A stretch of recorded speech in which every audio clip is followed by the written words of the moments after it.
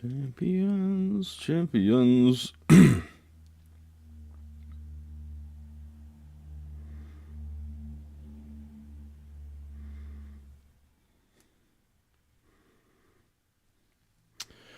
How you going, legends? Sorry, just setting things up. Bear with me. All right. What's going on? Howdy all.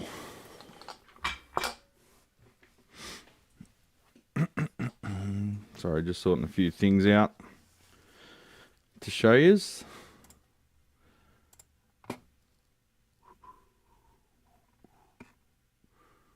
Morning all, everyone's having greetings. Talking about the weather as us old folks tend to.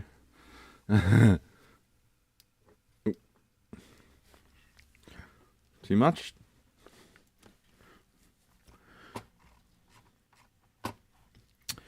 How are we? Let's get this thing out of the way. I'll show you that shortly.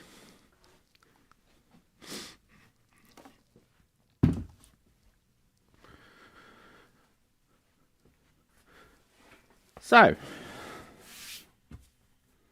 fresh view workbench. Look at that. All the possibilities.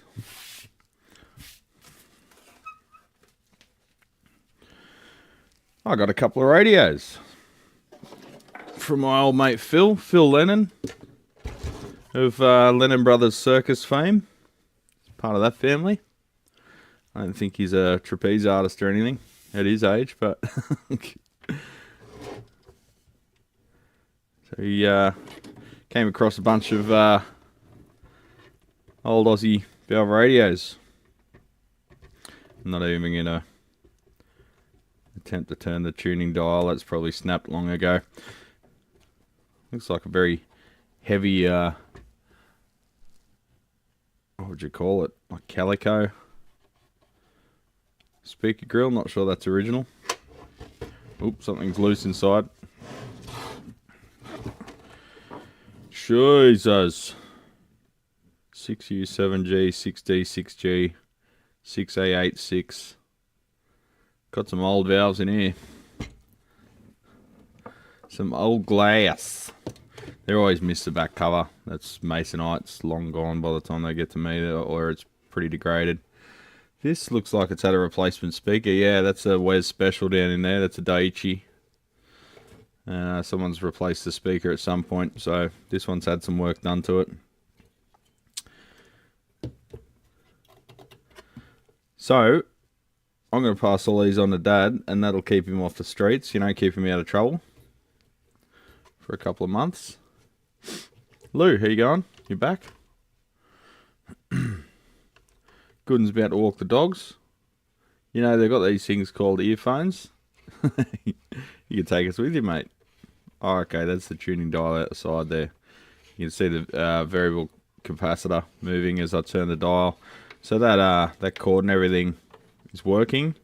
However, it doesn't look like your usual dial cord. It just looks like cotton string. So we'll put some proper waxed or whatever they do to it, dial cord in there that's meant for the job. It was interesting. Dad was showing us. He was cleaning up one of these variable capacitors once, and it was full of dust. So he put the Mega across it, isolated for the circuit, of course. He'd taken the whole thing apart to clean it, and he fired up the Mega, and when he was moving it, you see like the bits of dust like vaporizing with the 3000 volts or whatever across it.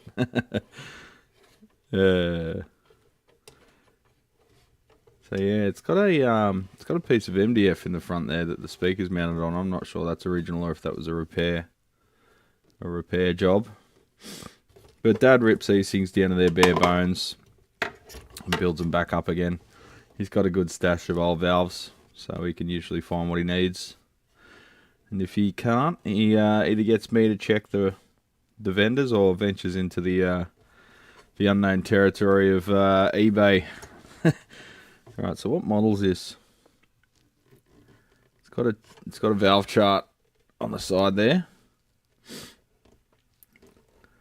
Just the valve covers in the way of the model number.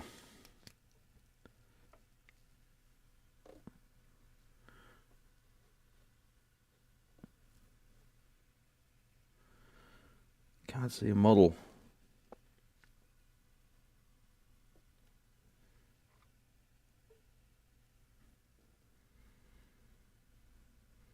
Whoa. Really?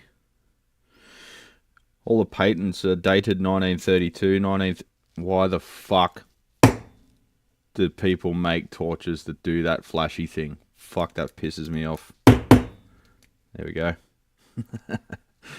1932, 1933, 1934, 35, 36 is all the patents. Wow. So what fucking year is this one then? That can't be 30s. It's got to be 40s at least. I'm not sure. We need to do a bit of research. So let's look at the general aesthetics of it. So it's an AWA Radiolet, but that's one of like 15 million different, not million, but so many different models. AWA, I think there's a website dedicated to AWA Radiolet. Radio Museum.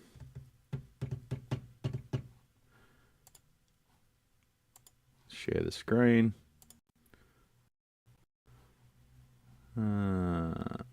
That's the Holy Grail. That's the one everyone wants. So they go for like 5-6 grand. That's a 1935.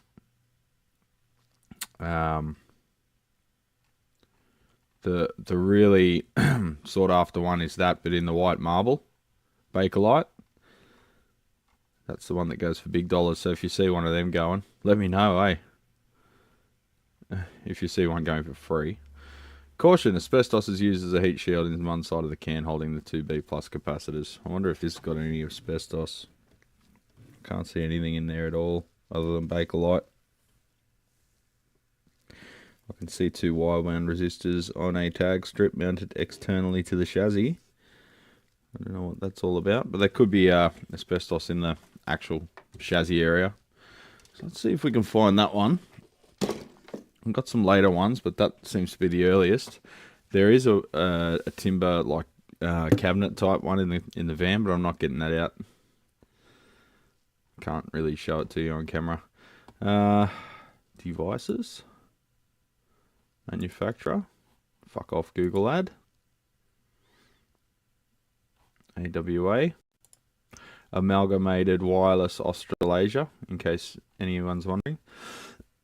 Excuse me. Oh, don't you love the fucking Temu ads everywhere? Temu. What the fuck is... Oh, God, I wish this company didn't exist.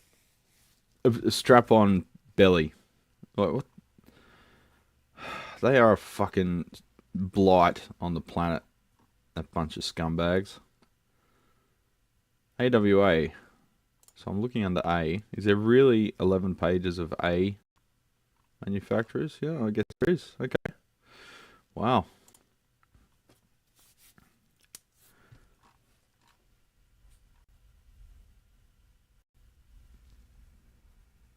Is that thunder?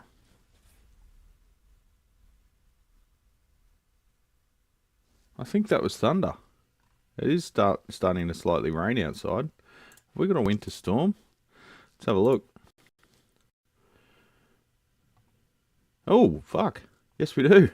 I better go wind up the windows in the van.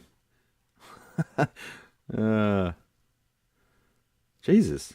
I didn't know this was coming. Where was this in yesterday's weather? Alright, let's have a look at the lightning tracker. Sorry, we're on a tangent already. You've tuned in to Tangent Radio. Oh, fucking cookies, yes. Accept selection.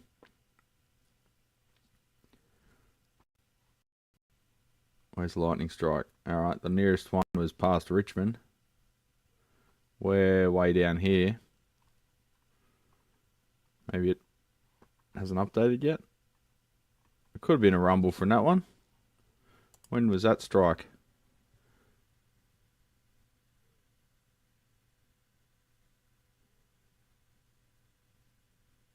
I don't know. I don't know what I'm reading. I don't think that was it. Big storm on the way. That's weird for winter. Look at that. We're going to get a lot of rain today. Anyway, sorry, carrying on. Get any rain, let alone a storm. Normally it's just dry.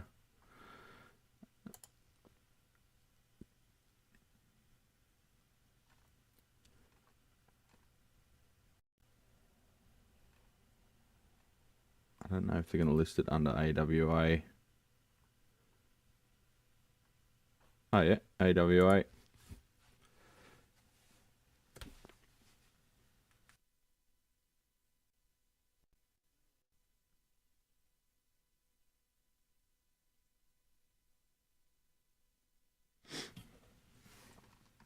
Alright, does it show their models?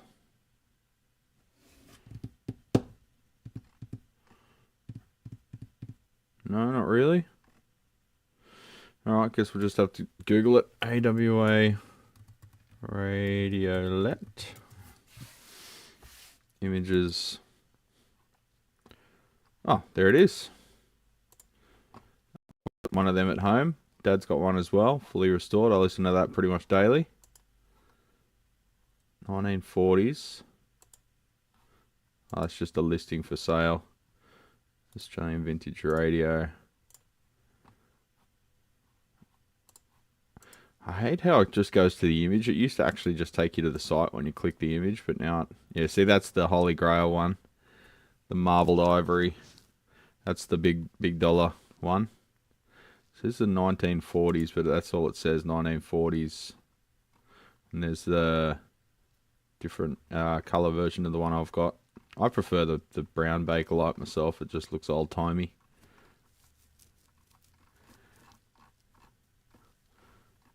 Yeah, I don't know. It doesn't have a model number there. Does this have a model number? Nope. See, they sell for like 90 bucks, 50, 60, 70 bucks. Because they're never in working condition, and people say they're restored, but that just means you turn them on and something lights up anywhere on the whole thing and it hums, and then they class that as working. All that means is the light bulb's operating and there's power making it past the switch to something. But yeah, they need full teardowns and restorations. But I'll have to do some research on that one. But 1940s, that's pretty cool. The other ones we've got are a bit later. So here we go. Next, we have a Mullard. It's a cute little choocher. It's a bit smaller than the other one. So here's all our stations, some of which still exist.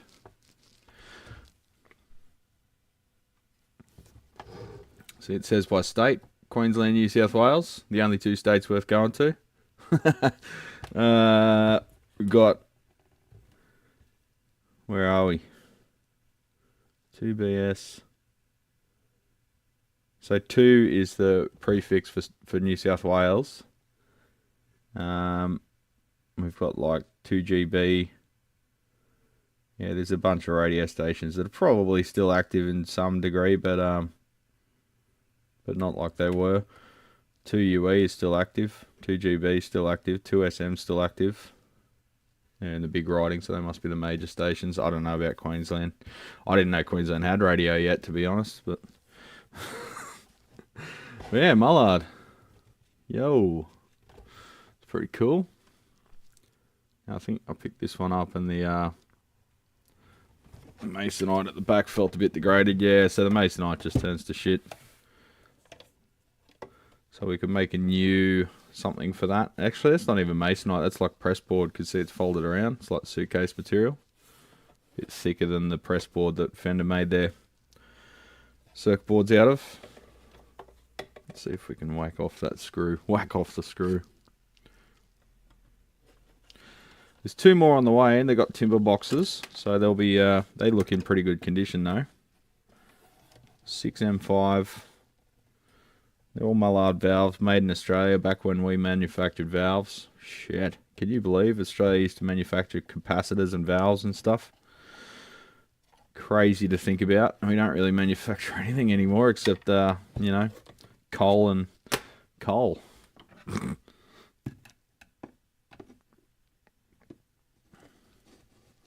Get a bit worried about that from time to time, not to get political, but Australia is a little bit of a banana republic, to be honest. All we really do is coal and gas. We do some specialist stuff, but no large-scale manufacture of much. I mean, we make Rode microphones, but there's many others, but nothing like we used to. But see, all the rubber grommets are all degraded and turned to tarmac. So yeah, that's so all of the paper and oil caps will need replacing. They'll all be fucked. They'll all be leaking. They're like wax and paper. A lot of the resistors are probably drifted. That big looks like a film cap down there. It's got a big crack in it. Yeah. The coils are all still waxed up nicely though. They'll probably be fine.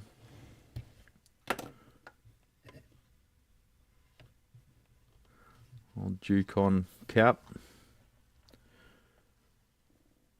Looks like the original speaker in that one, so that could be hooper duped. We'll see.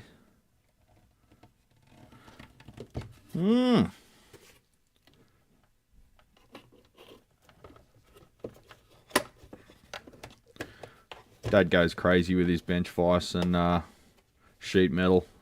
He's made a folder. He'll probably make a new one of them out of aluminium or something crazy.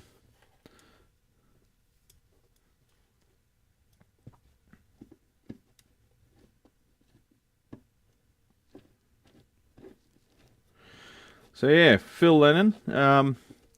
He's a friend of mine. I became friends with him through his son, who's friends with my friends, and we became mates, and we were in a band together for a bit, and then he goes, I go, Lennon, are you, something happened, and I was like, hang on, do you mean Lennon Brothers Circus, which is a big circus here that's been running for, 100 years, and he goes, yeah, that's our family. I'm like, oh shit.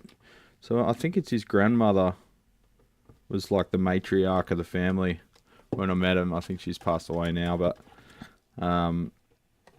yeah, the whole family's involved with the circus. And he was saying it's like, because you got all the athletic people and the trapeze artists and that, he said like it's a massive fuck fest.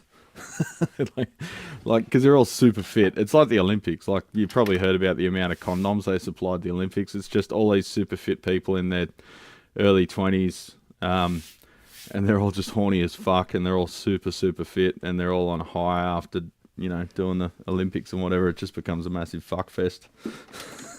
He said the circus is a bit like that. You got all these traveling athletes essentially,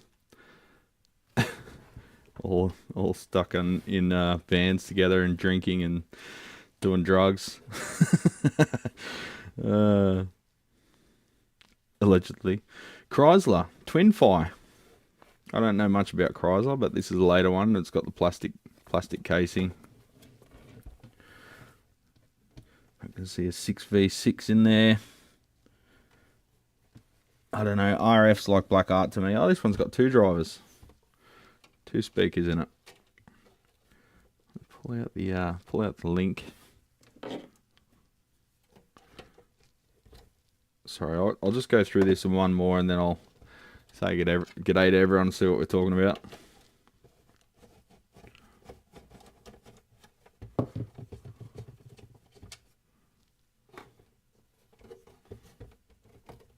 Oh yeah, swings out from the bottom. Here we go. 2 roller drivers, model 5C. The chassis is pretty filthy on this one.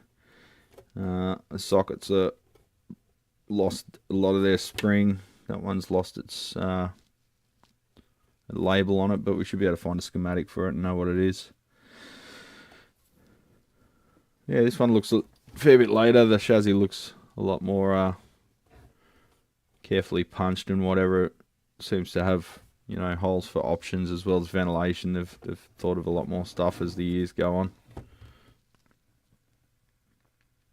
But yeah, it can be hard to find these plastic casing ones where the case is in good condition, because people just stack stuff on top of them in their garage or put them in a cardboard box and forget about it, and eventually with shit piled on top of it, the cardboard box just collapses and crushes everything in it. So the first thing to go is the plastic cabinet. Plastic fantastic. And the last one, another AWA radiola, this time, not radiolette. I don't know what the difference is between them. So I've seen some, I thought radiola was the big ones and radiolette was the small mantle ones, but that doesn't seem to be the case. So you just got your tuning and your volume, no tone control on this one. Quite often have volume and tone. That's very squeaky pot there. So this one, I think the whole case has to come apart in a half, but this one looks like the latest of all of them, and it looks like the best condition. It's got 2 screws at the bottom of the, looks like aluminium, no, that's a steel strap. And 2 screws in there holding the whole clamshell together. I might leave that one aside though, don't really feel like taking it apart. Anyway, just thought I'd give you a quick look at them all. But Dad's going to take them home with him on the next trip and restore them over the coming months. Add to the collection. He's already got like, I think 9 radios now, so this 4, 13, 15, 14 including the one in the van, and then 2 more on the way. That's 17 radios. So, what are we all talking about?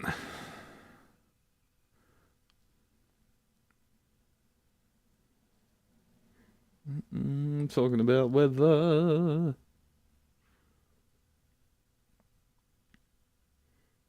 $10 p.m. 18 degrees. Temperature check, time check, 6:34 a.m. 17.4 degrees, 54% relative humidity. There you go. Have you guys seen David Lynch? And he does his morning weather report. I think it started during COVID, and he just does it every day now. Funny guy.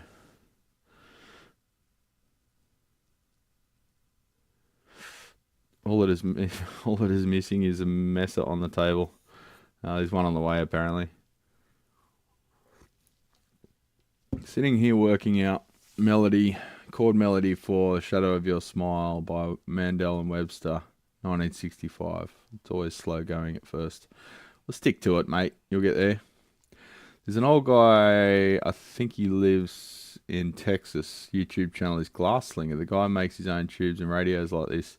On radios like this, I've seen Glass Slinger. I don't think he doesn't make like replacement tubes for radios, but he makes tubes. But they're sort of like an experimental thing more than anything. I don't think I think he makes like demonstration radios out of them, but it's not like he's manufacturing like replacement valves that would go in a production amplifier. He's mainly doing it for the exercise of making a valve. It's pretty amazing the stuff he does. It's it's full on. Hey Brad, is a Made in the USA Blues Junior worth buying? Not really. Sorry.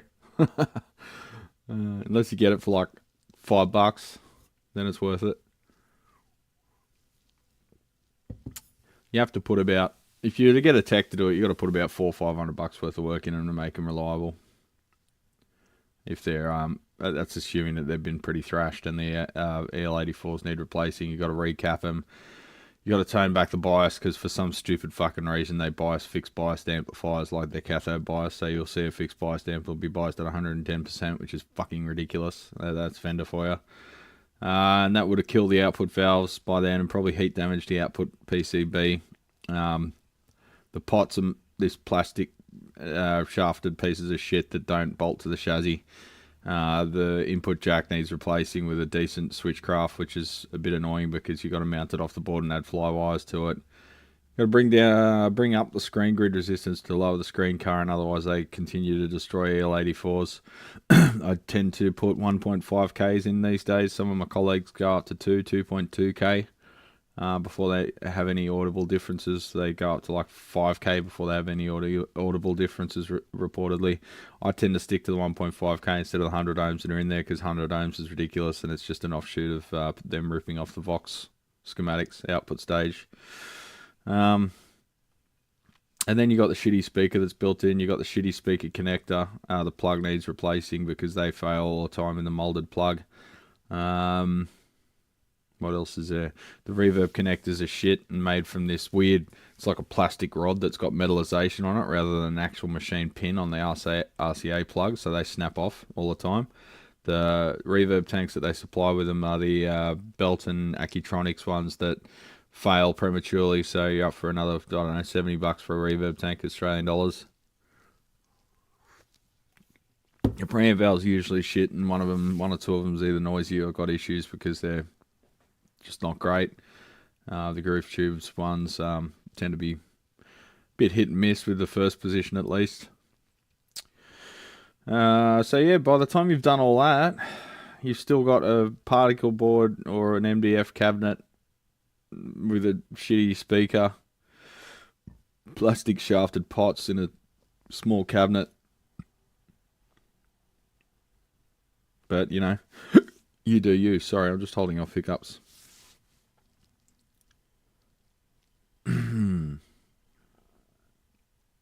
Just finished deep servicing some 70s Fender Silver Faces. There's the thunder again. Did you hear that, champions? I think my low pass filter might have cut it out. Hang on. Oh, that's cool. I want to go out and watch the storm. Fuck you guys. Filters. Oh, I haven't got a low pass, high pass filter, sorry. Thunder. It's getting closer. Thunderbolts of lightning, very, very frightening. Sorry, thinking about, I just finished deep servicing some 70s Fender Silver Faces, thinking about opening up a candle business. Scent vintage Fender. Yeah, it does have a scent to it.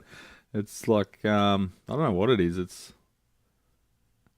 smells like mineral oil mixed with phenolic resin, mixed with, I don't know what, tobacco, congealed tobacco for 50 years.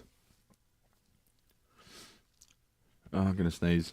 I hope I don't get allergies again like last week. There's an old tube radio museum about 10 miles from me. I've never been there myself. Well, if you're into amps and repairing stuff, you should touch base with them. You might become their dedicated repair tech, you know? I don't need a strap-on belly. I've got one of my own, thanks. I've lost a bit of weight with the no beers, so I'm thinking I might stay off the beers and just drink whiskey instead. It's probably better for me.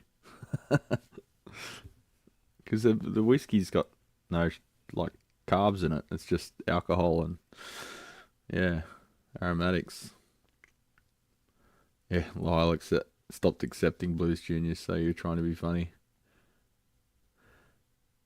I'm trying to figure out how to not accept stuff. It's very difficult for me because I try to be very responsive to people's requests, and there's no easy way to say I don't want to work on your amplifier because it's not built to a standard that I'm interested in working on, because people get offended. You got to word it incredibly carefully, and you got to read their reactions while you're talking to them, and trim your response to suit. It can be tough because people love these little inanimate objects for some reason, and often they're not worthy of the love. If it's stock, it likely should have some work done to make it stout. Yeah, Lou. I'm going to assume that it's already been fucked with, because it's pretty rare that a Blues Junior is more than 2 or 3 years old without something going wrong with it. which is part of the reason I don't suggest you buy one, even a new one, unless you're a tech. If you can find one for $200 or $300 Australian, so that's like what, 100 to 150 US, it's worth it. But you still got to baby it once it's done. I've got guys here who gig with Blues Juniors, and I've made them like roadworthy, but they had to spend like $400 or $500 to do that, and usually including a speaker upgrade because the stock speaker is pretty lifeless. So you got to think about how you're spending your money. There's better things to spend your money on. There's stuff that will give you better return for investment, and stuff you can be proud of buying and stand behind the seller instead of Fender, who don't deserve your money. Shut up, dickheads. Loudmouth joggers or something. Don't you know I'm streaming, fuckheads? Fucking the audacity. Anyone familiar with a Wurlitzer 145B? No, I'm not. I've never seen any Wurlitzer products. I feel like there's a lot out there, but for some reason they've never made it here yet. I have one, seems like a weak design in the air. Are you talking the actual schematic there, Lou, or are you talking like the actual production?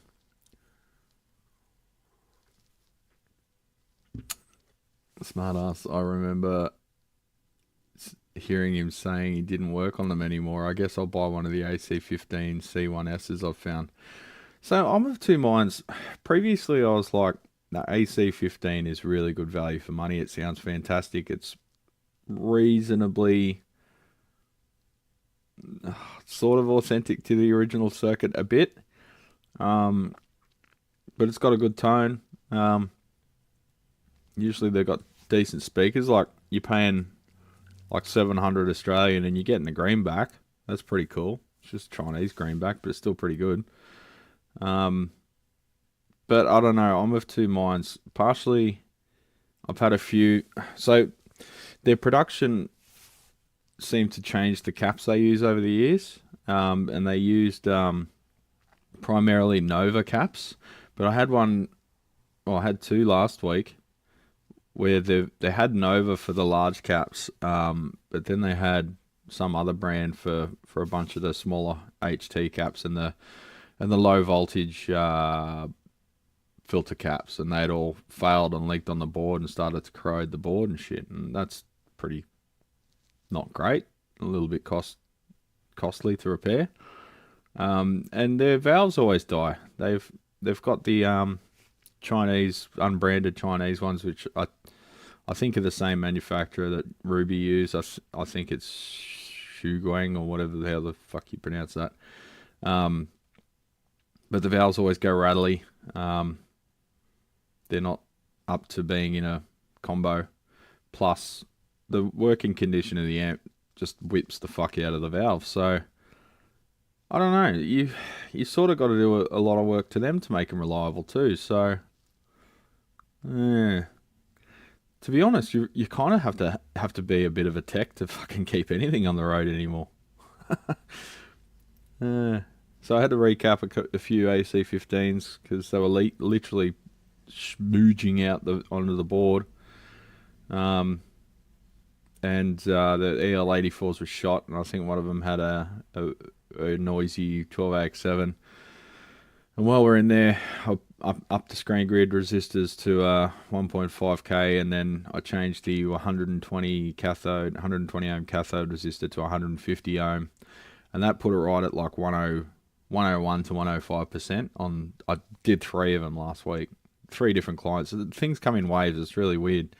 You'll be doing like a bunch of deluxe reverbs, and you'll get them out of the way, and then there'll be a wave of Princeton reverbs for some reason, completely unrelated. The people don't know each other. It's just coincidence. It's just confirmation bias in noise patterns.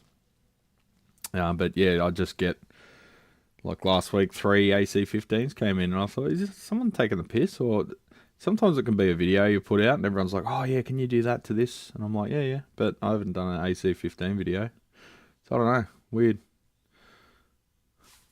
Once I did them, they're probably going to be solid for a long time. But a production amp, even a cheap one, shouldn't take that to make it happen. Because there's no extra cost to use a 1.5k resistor on the screen instead of 100 ohm, or sorry, 470 ohm they are. And there's no extra cost to use a 150 ohm cathode resistor over a 120. There's a minor, negligible increased cost to use decent caps, but the Nova ones are generally good. But this other brand was mixed with it. You could tell it was from the factory because it had the white silicon on the base.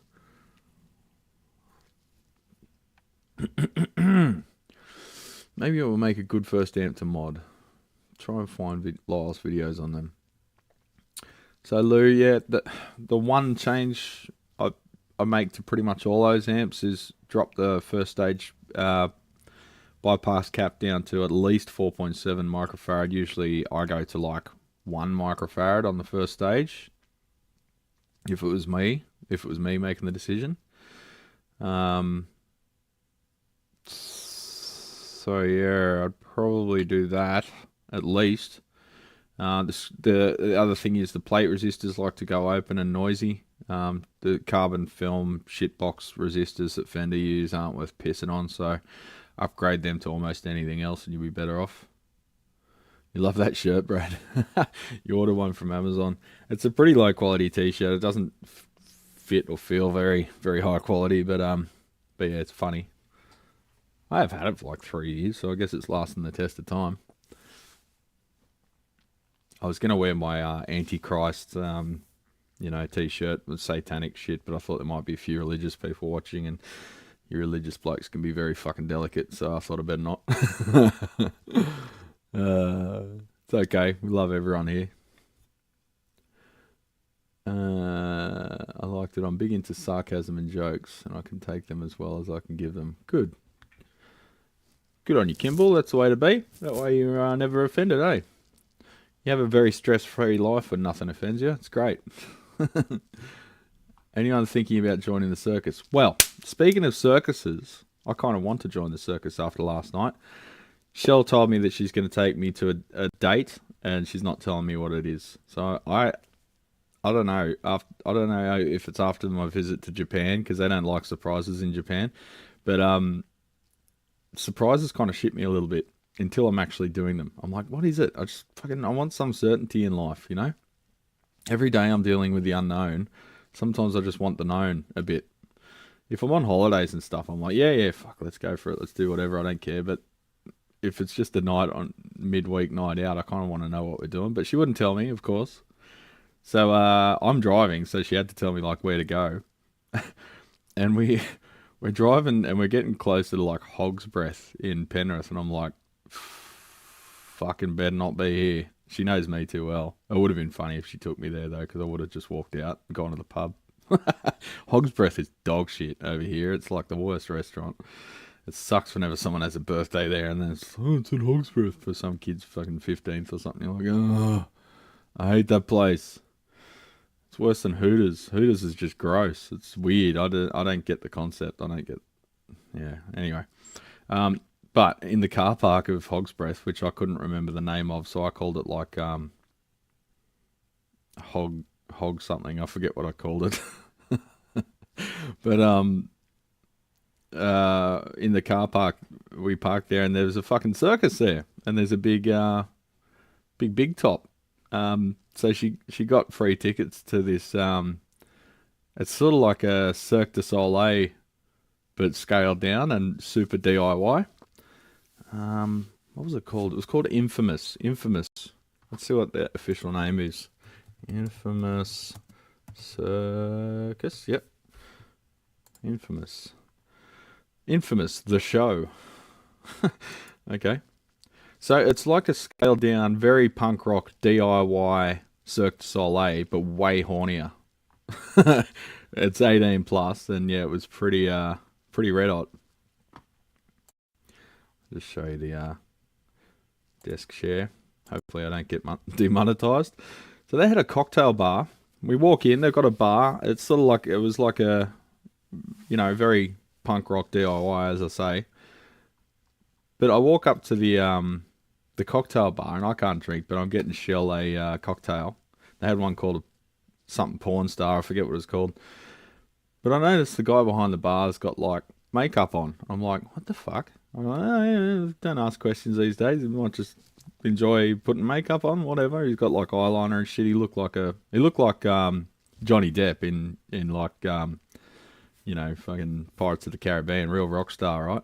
And I'm like, that's all right. It's the barman. He's doing his own thing, whatever. And then I noticed that the chick pouring, like giving us popcorn, was like dressed up and really, really well made up. I'm like, okay, that's a bit weird, but okay, whatever.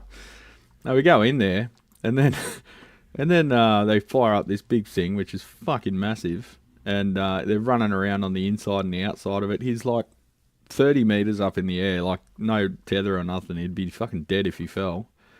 And the guy running around on this thing, super athletic, was the fucking barman. So he's making cocktails, and then the show starts. He runs out the back, and then he climbs into this thing, and he's doing all backflips and shit on the top of the thing while it's spinning, I might add.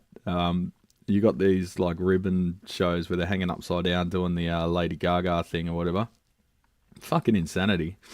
And yeah, it was really hectic. They had a couple of singers, and she was a really good singer. I was a bit taken aback how good a singer they were.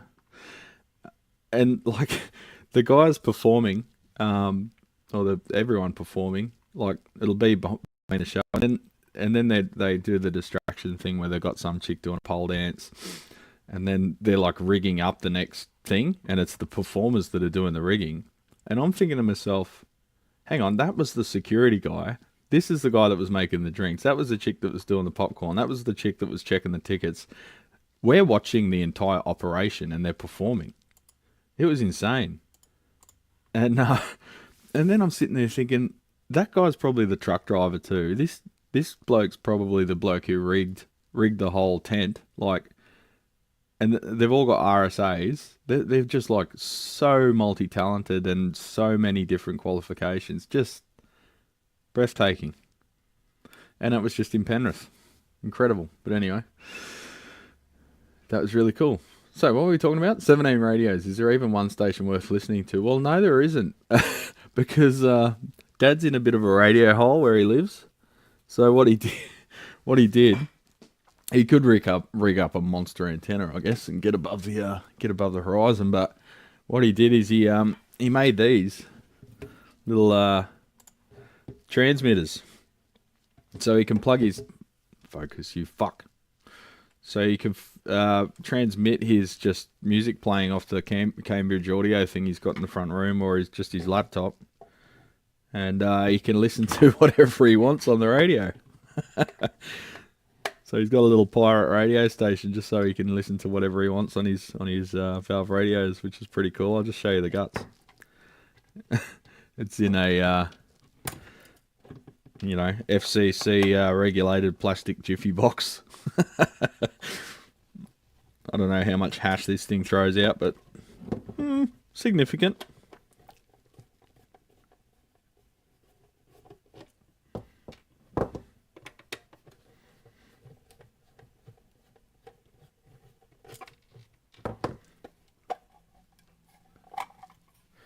There it is. Little Vero board. Just a little Friday Arvo while he's having a wine knock up. There you go. Bloody backyard engineering, mates. So yeah, just 12 volts in there. It's got his little tuning trannies in there. Adjustable cap. Oh, hang on. No, that's the is that the voltage in? Yeah, that's the voltage input. And that's the signal input. That must be the antenna. I don't know. I'll have to ask him. I haven't used it yet. Yeah, I think that's the volume. I think he's preset the frequency. Yeah, that's got it. That's the input volume. Because it goes to the input jacks. And yeah, the frequency's preset, but you could adjust it if you wanted to, I guess. Yeah.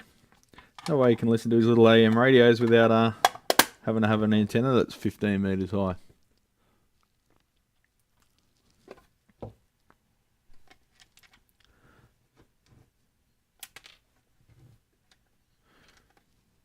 have to get the specs off him for that one. I think he's emailed it to us. I'll just have to go back through the emails or ask him to resend it so I can fire that one up and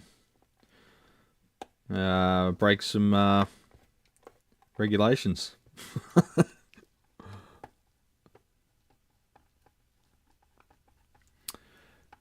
You were going to say you forgot the plastic pots. Mate, I never forget the plastic pots. I've got spares of them all here.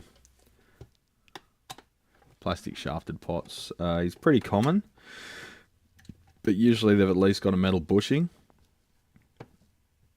Like Mesa Boogie use plastic shafted pots, and they're, what, $80,000 amps, whatever they are. Thanks, Brad. I'll go with the 2010 AC15CX I found. Yeah, I don't know if you wrote that before or after I went into the stuff that's kind of needs doing on them too. But yeah, just bear in mind you probably have to at least put a new set of valves in there, and I would tone back the bias and the screen current as well if you can, if you're up to it. Any experience with a Gibson Medalist amps? Nope. Everyone says they sound like arse. Just got a 410 model, all serviced and repaired. Sounds great to me. Your thoughts? Well, if it sounds great to you, then it sounds great. I've never seen one, mate. That's probably not an amp that's available in Australia. You've done a few whirlies, Lyle. A tube amp has weak output. Well, Lou, you're going to have to go through, check all your voltages, do the usual thing. If you want, you can check out Rob Robinette's troubleshooting page, which is pretty good and probably get you on your way. If you can, try and find some documentation. The old service manuals, or the old schematics, I should say, often had voltages stated on them so you can know if things are right or wrong.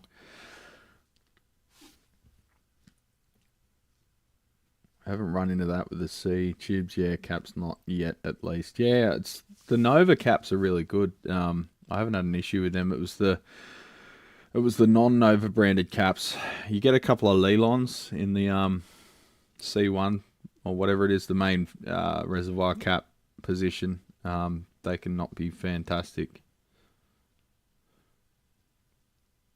I don't like buying wireless earbuds, and my phone does not have an output jack, so I can plug in the regular earbuds. But my wife complains if I'm not with her and the dogs, and with the nature while we walk. Yeah, well, you want to hear the birds and stuff, eh? Especially over there where it's warm and nice and everything's leafy, and well, assuming you're not on fire. I'm not sure where you are, Gooden, but good. Well, thanks for joining us every week, and thanks to everyone who comes here. I do appreciate it. I sometimes forget to remind you. Hey Brad, I tried repairing a solid-state Behringer amp and discovered what a double-sided circuit board is. What a shit show. Well, no, double-sided circuit boards are good. I ruined it almost immediately. It was my first solid-state amp fail. So, Behringer just their circuit boards, it's like a thin wisp of foil on each side anyway to cut costs, so they barely deposit any copper on either face. They are through-hole plated, but so are Mesa boards, and they're fucking shit as well. There's certain layout things you got to do, and it would cost no money for them to do it. The copper's already on the board. It's already copper cladded. It doesn't cost you any more to have a larger pad that would actually stay there when you solder it rather than disappear with the component. It's just incompetence in layout. Behringer, the main issue is probably how thin the copper is, but I refuse every Behringer product. They're just not worth repairing, and I don't like the company, and I don't want their problems to become my problems, so they can fuck off. Fuck Behringer. They're a bunch of scumbags. They rip off everyone, and they don't pay royalties, and they threaten to sue anyone that actually came up with stuff if they even mention that they're unhappy about Behringer copying their design and their aesthetics.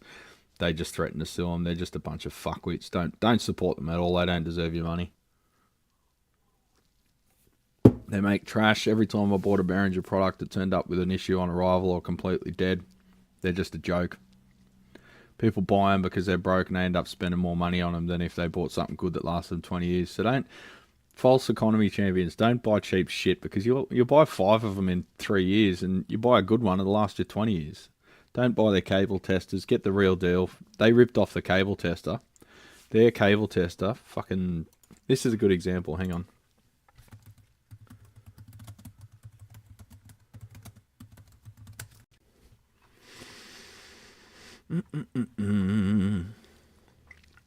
Only Behringer responds to backlash against replicas. I bet he responded in a nice level-headed manner too. Bullshit. He's a vexatious cunt. Desk share.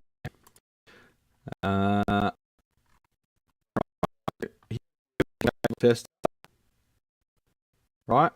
Swiss Army. 61 cable tester. This is a fucking shit website. Look at this shit. You can't even read the fucking thing. What the fuck is this shit? Something you wear as a belt and goes over your cock. What is that, for fishing, I guess? I don't know. A cat climbing up it. And then you go to click on it and it disappears. Fuck Temu. Oh my god. This is the internet now. It's fucking useless. You can't even read an article. It's more ad than article. Shit changes while you're scrolling. Anyway, that was the original tester there. So have a look at it for your mental note. Now, I do have a Behringer tester here somewhere. I don't know, I probably threw it out. But anyway, it looks identical to that. Like, same layout, same writing, same angled writing. They ripped off everything. Anyway. Oh, Behringer stated he's a big believer in free speech. Anyone that says that is straight away going to try and clamp down on your speech. Because it's just, they say the exact opposite of what they mean. I believe in free speech, except for when you say that. Fuck off, you believe in free speech. So yeah, we don't mind any comments made, blah, blah, blah. But then they tried to sue him, so whatever. It's all just lies. So yeah, don't buy Behringer products, they're dog shit. 120 ohm works with 120 60 hertz. Yeah, okay, so maybe they're wired for 230, which is a bit annoying. They sell them in the market. You should know by now that our voltage is 240, even though it's officially 230, and it's not 230 anywhere in the country. It's so fucking stupid. They probably look up, what voltage is Australia? 230. Okay, sweet. No, we're not. We're 240. We're 245, really. My ears are all also apparently weirdly shaped or something, because most earbuds will not stay in place at all. I have to buy some Sonys that have a rubber loop. Yeah, you kind of need them for running too. I wanted to get some because I want to start running again, but Audio Technica, who I've got an account with, they used to have these wraparound wireless ones that have a link between the two, so if one falls out, it doesn't fucking disappear. It hangs on. And they wrapped around the ear, because with my earplugs that go into my ear, if you're running, they get loose for a while and you feel like they're about to drop out, and you've got to go like that, and it's a bit of a pain in the ass while you're running. I agree with you about Fender. I can change the caps, resistors, etc. Is there an amp that you would suggest? Not really. Everything sucks. People are like, oh, what amp do you suggest? And I'm like, for that price, there's really not a lot that you don't have to do something to make it reliable. That's the hard fact of the matter. Yeah, literally nothing comes to my head, and that's... I sort of can't answer that question, because there's really not a lot worth spending your money on for the sort of $500-600 mark US, $400-500. If you start looking at the sort of $1,000 market, you enter the sort of Tone King region, the small Friedman combo region, where you'll have a reliable amp for long term. Some of the reissue Fender stuff is alright if you can find yourself a 1974X or whatever. That could be an option, but they're usually going for more because of the aesthetics. Probably the orange stuff in that price range is a better bet, because they tend to be fixed bias but adjustable. I don't know. It kind of sucks unless you get to the $1,000 US range. You're sort of dealing with stuff that's not super roadworthy. It might work. The thing is, when you buy an amp, you've got a sample size of 1, right? So all these people get fucking butthurt when I say something's not reliable. I've been using mine for 10 years. It's like, yes, you've got a sample size of fucking 1. I'm a repair tech. I've got a sample size of 1,000. So, you know, you've been lucky. Great. Be thankful and shut the fuck up. Stop whinging. Didn't mean to be ranty today, but I know you guys love it when I swear. So check out the Klipsch earbuds. They've got an elliptical shape, works pretty well. Huh. Oh, the fuck off sign's not on. Sorry. Oh, we can't do that. Because that's a recipe for stream failure. Remember what happened last time? We didn't have the fuck off sign on and it all went to shit. I'm just going to go out and check my van windows. 1 second, champs. It's raining pretty heavily.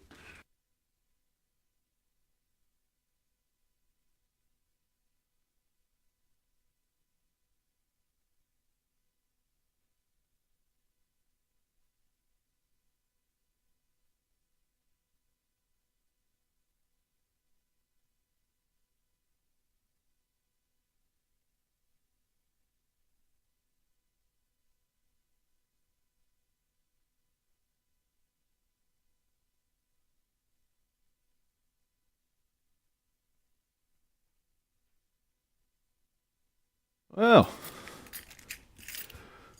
what a miserable looking day it is.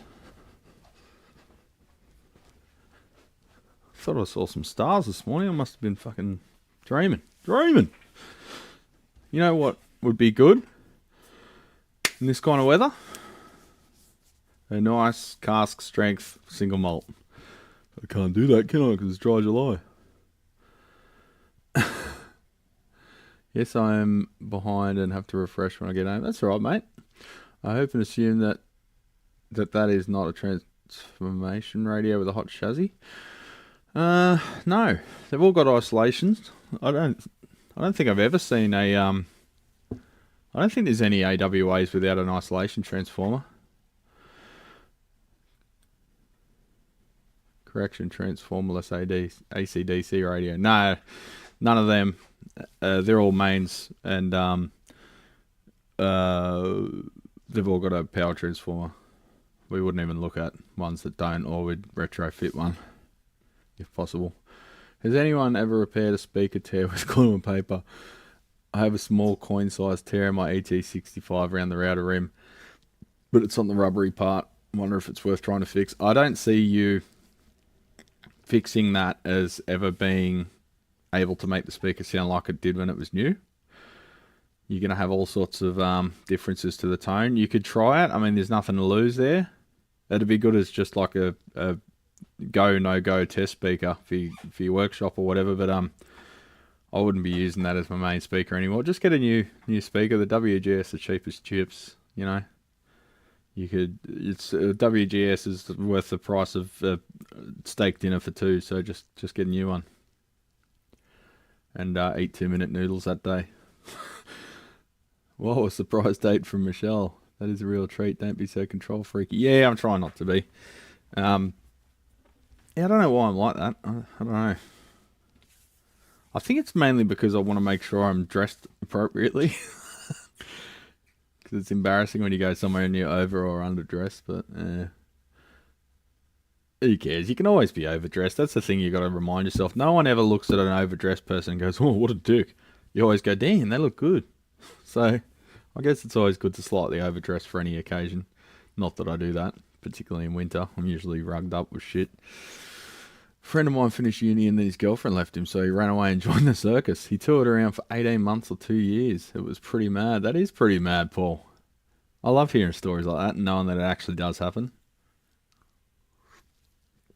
To be honest, I see the appeal to just throw away your daily life and just fucking, I'll just go here and do whatever they tell me. But then work conditions, pay, a lot of these organisations can be a little bit lax on working conditions and appropriate pay and overtime, and there can be theft, wage theft, and often they get away with it because it's family-oriented businesses. So yeah, you often hear about like lawsuits and stuff happening about these sort of things, and people having depression. You know, all these glamorous lifestyles. There was a reason why, like during COVID and stuff, there were so many suicides and that. So it can be very unstable and very scary if you've got no plans for, you know, financial growth in your life and you just want to cruise along, then fair enough. But if you're constantly thinking, well, fuck, I need to settle down someday, well, yeah, it might be a little bit stressful. Yeah, there's a lot, what I'm saying is a lot behind the smiles that they present to the audience, and maybe it's not 100% accurate. But, you know, once you actually get to my age and you start to understand life's a bit more like that, it becomes a little bit less, I don't know, a little bit more real. I mean, owning a guitar shop, for example, seems like the coolest thing ever until you actually fucking do it. Like, if I went back and told my 15-year-old or 20-year-old self that I'd own a guitar shop and Amy Plain's like the only one, I'd be like, whoa, really? That's fucking awesome. But, you know, it's just a business and you just got to make money, and it's stressful, and there's expectations that you can't always necessarily meet, and, you know, it's like everything. The only awesome job in the world would be like a fucking whiskey taster. So, you know, the marble-looking Bakelite radios are called Catalan radios. White, yellow, butterscotch, green, all collectible. 29 years ago, I bought in at a tag sale for $15. Sold it for $1K. Nice. It's a good return. Bloody genius. That makes it at least one station that's worth it. Yes, it does. You see red, yellow Catalan knobs on some 50s Premier guitar, accordion, mics, amps. Yeah, right. Oh, God, we're only up to the transmitter. Yep, got my Fluke and Tektronix. I'll dive into the whirly. Get into it, brother. Get into it. Not the singer says good day. Not the singer? Got oscillation in a DIY Dynaco clone. Only happens when input gets high in one channel only. How to find fault? Well, you got to troubleshoot, brother. Hate to tell you this, but you got to knuckle down, figure out what you did wrong. First thing is it's probably a wiring error. It almost always is a wiring error in a build, right? Even if you're experienced. Assume wiring error until you've 1,000,000,000% proven to yourself that it's not a wiring error, okay? I had someone on one of the forums last night, literally just before, I think, where was I? Must have just got home. And someone was saying, yeah, I've got these weird voltages, and I had a look at the photo and go, yeah, your plate and your grid wires are swapped. And they're like, oh, fuck. There's all these other people commenting about, oh, it could be this, could be that. And I'm like, just look at the photos, champions. So yeah, wiring error is probably most likely. Check your feedback. Disconnect your negative feedback if there is negative feedback. I'm not familiar with the Dynacos. If the oscillation goes away when you disconnect the negative feedback, well, you've got either the primary wiring asked about or the secondary asked about, or the output transformer, and you're getting positive feedback, not negative. So that's the first thing I'd look at after you've looked at all the wiring. Well, that is a wiring thing, but there's no real way to know because often there's the color coding is not consistent on output transformers. So, okay, last question about amps. Why? Keep asking questions about amps. That's why I'm here. Have you or Lyle worked on any Egnator amps? Yes, I have. The problem I have is limited budget right now. I'm looking for one I can use at bedroom levels. They're okay, but the problem with them is that they melt their power transformers. So Bruce, I think, sold a schematic to them, and I believe it was like a consignment. I believe it was a consultation to them fee. I'm not sure about an ongoing licensing agreement or whatever to use his name. That's his business. But point being, he gave them the circuit design, did not design any of the physical construction methods, and didn't tell them exactly what parts to use. They started off using good parts and they worked for a while. Then they started cutting corners and using cheaper parts. They've made the power and output transformer wire gauge smaller and smaller until they started blowing up, and then they left them there.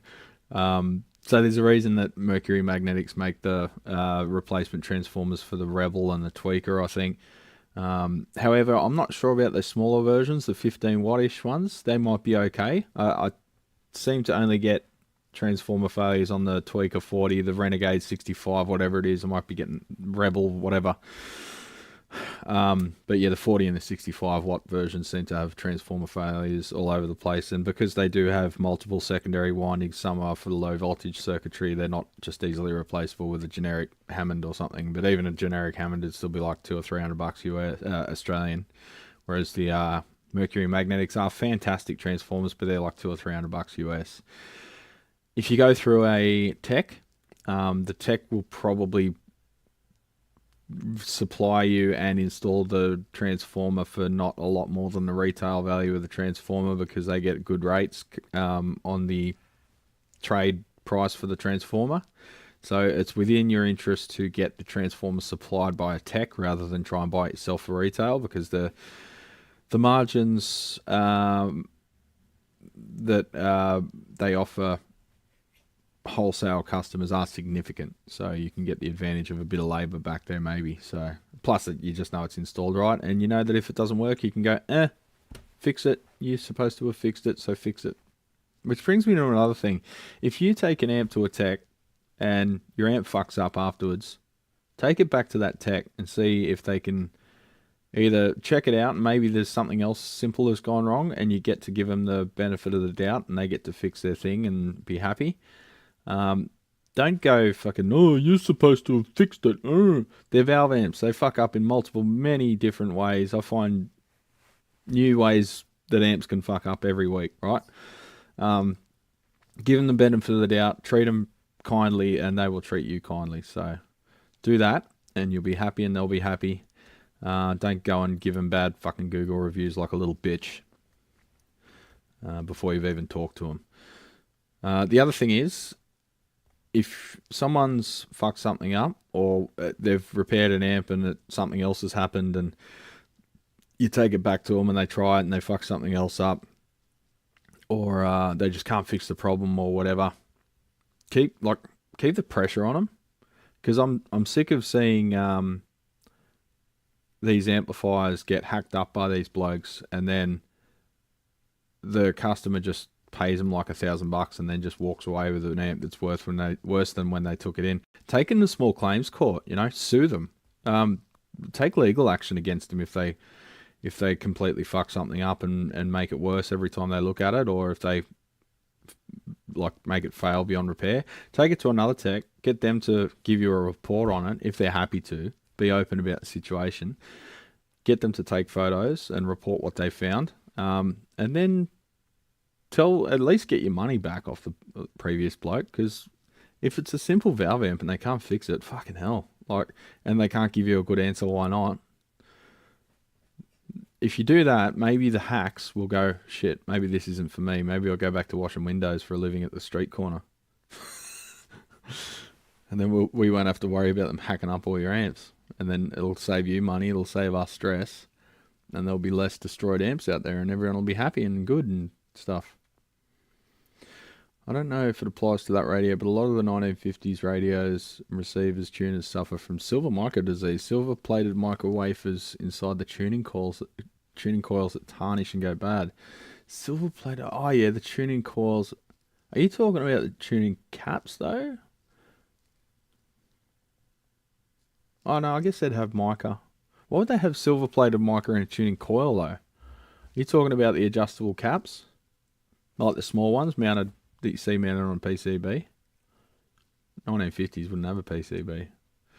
Might need to clarify. Whenever those Temu ads pop up showing a curvy woman or horror flower print dress, I think to myself, somebody please rescue that woman by removing that dress.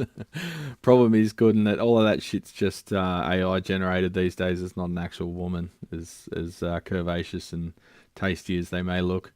It's just AI generated hash noise in your daily life. Their clothes don't look a thing like they actually look in the photos. They're loose piles of shit, bad sewing, bad everything, and not cut well, not fit well. So they literally, Temu are just not useful for anything at all, unless you're buying dumb curiosities like just stupid shit, which is what they seem to market themselves on. Stupid plastic injection molded crap that you laugh about and then throw in the bin, which the world needs a lot less of. It has mostly been raining in New England for the past 2 weeks. I'm finding edible mushrooms while walking the dogs. Nothing hallucinogenic, unfortunately. But good edible simmer to porcini. Ah, nice.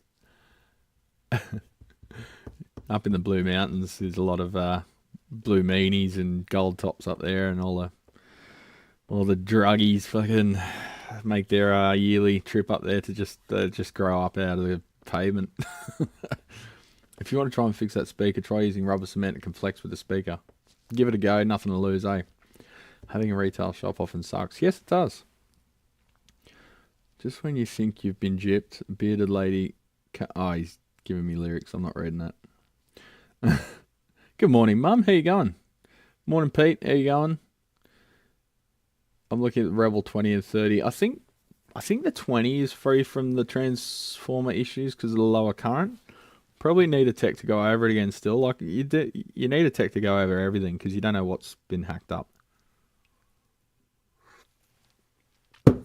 When I sell an amplifier, like before I had the shop, if I was just selling one on eBay or whatever, I would take photos of the guts of the chassis, very highly detailed photos, nicely lit.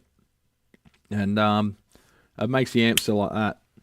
But when you're just showing a box with a phone that's got thumbprints all over the fucking lens and it's in a darkly lit room, I don't want to buy an amplifier that looks like it's being held hostage in fucking Cuba somewhere.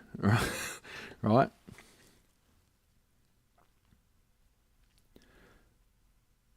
Sonic Audio, have you ever heard of Used Gold Belly, a food website? Morning, Dad. How you going? Thanks for clearing up the root beer SARS riddle the other night. Oh, yeah, I meant to say thanks, Lyle, for clarifying what the difference between root beer, sarsaparilla, sarsaparilla, and Dr. Pepper is. They're very hard to find. You see Dr. Pepper more here, but I remember when I had Dr. Pepper as a teenager and I was like, fuck that. Never touched it again. Alright, I think we're caught up. Sweet as. So, oh, that was top messages. Fuck. I'm not following my own rules. So, yeah, flick it over to all messages if you don't want to miss anything so everyone's comments make sense. If they're talking to each other, you can see what's being said. Alright, better do some work then. So, I was halfway through this yesterday. And a customer came in and needed some stuff done on the spot. So, it sort of got put aside. But we've got a Marshall MF350. Motherfucker 350. It's blown all of its output chips. Monolithic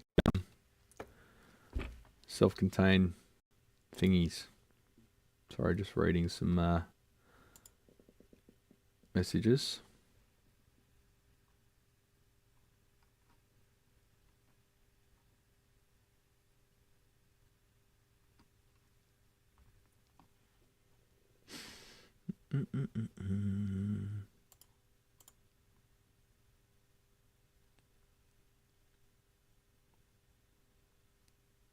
Just got a whole bunch of comments on something I wrote. So did I write something controversial? Sorry, let me just check this and make sure I don't have to put out a fire.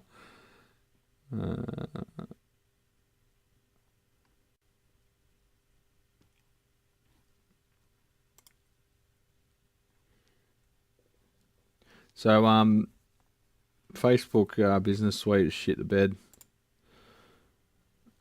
So I've got an auto reply on there saying just contact me via the website because now I get a message on Facebook Messenger on the business site and I respond and it shows sent, and then you have a look on another computer or you refresh the page and the whole well thought out response that I came up with and typed and pressed send is just disappeared, just fucking into the ether. So I can't respond on a desktop website based messenger at all to anything. So Messenger's useless.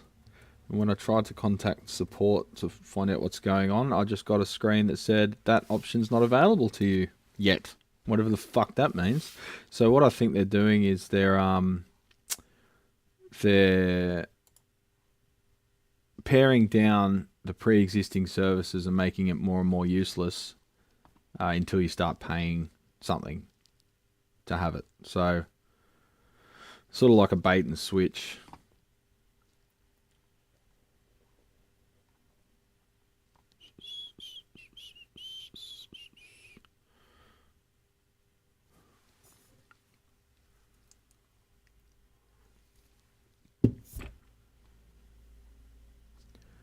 Sorry, Chevy's just reading something. One sec.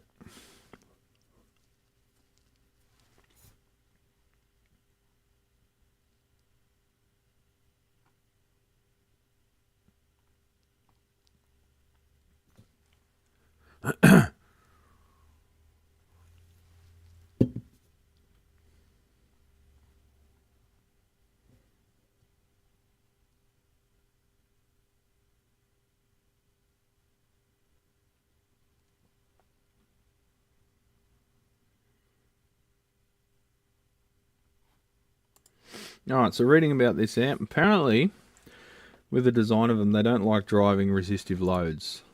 I've done it before with no problem, but according to my mate who knows a lot more than me, driving them to maximum output power with a purely resistive load can result in them oscillating and ringing, which is weird. You'd think a reactive load would have that issue, but having a look at the circuit might explain it a bit better. So we had 4 fried TDA-7293 chips, one of which I decapsulated. So you can have a look at the die. That's the one I put up on the community page. Oh, that's just a cap. There's the actual die with its one leg still attached. That's attached to the substrate. Too far. There you see all the smoke and shit that came out. And the one pin still attached. Alright, so let's check the number on these. It seems to only want to manual focus when zoom this far in now. 7293, TDA 7293, different batch number, both from ST.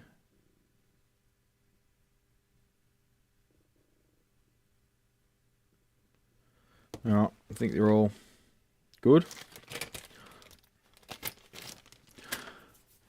Got a few people with their horror stories about these things, but I haven't experienced that myself. I find that replacing this one had some corrosion under the solder mask there, and that's compromised that connection. So I'll remake that connection on the bottom of the board, and just it's a little bit tricky to do it on the top.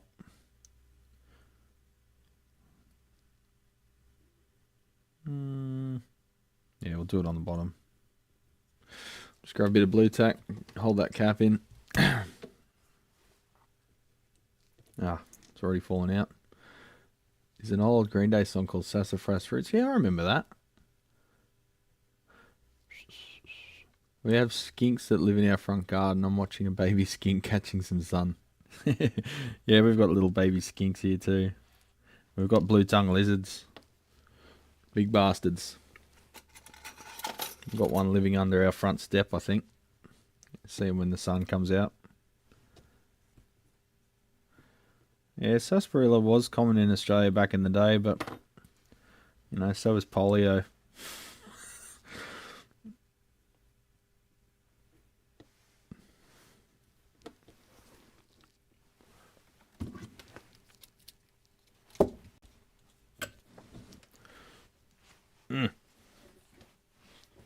Cable's tangled.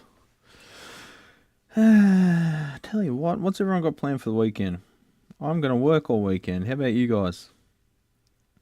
There was so much I hope to get done in my super productive dry July that just hasn't.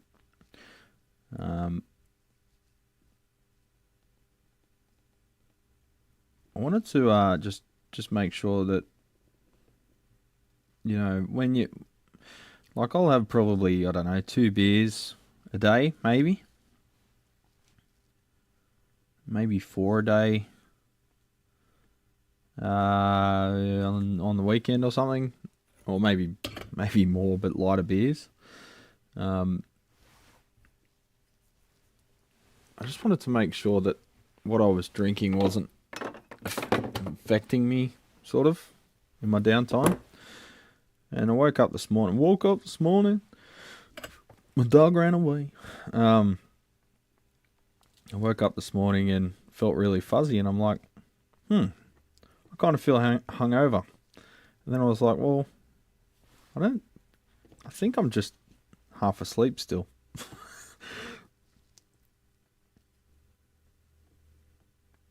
I think that's just what it feels like to wake up. Yeah, some of the people on the Dry July sort of community page, they're really struggling, eh? They're like, oh, I can't wait till I can have, oh yeah, this. It's like, fuck. I think a lot of them do need a bit more than Dry July. They need a bit of help. Not trying to be high and mighty or anything, but yeah, if you're taking Valium to get through a couple of weeks without alcohol, I think that's not great. You're relying on it for sleep patterns and whatever. I haven't got the BOFA going. Smoking a 16-pound pork shoulder. Fuck yeah. That's the shit. I was thinking about getting the smoker going on Sunday. Got some family staying with us. It's not too loud, is it, champs? Soothing, you know?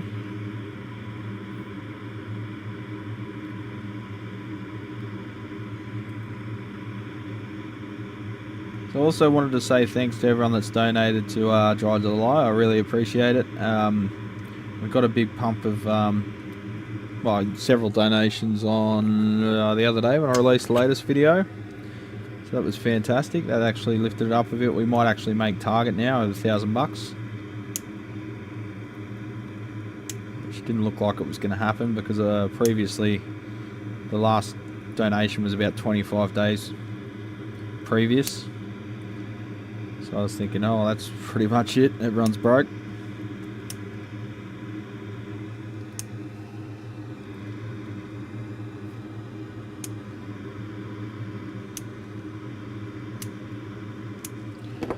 Camera Kung Fu.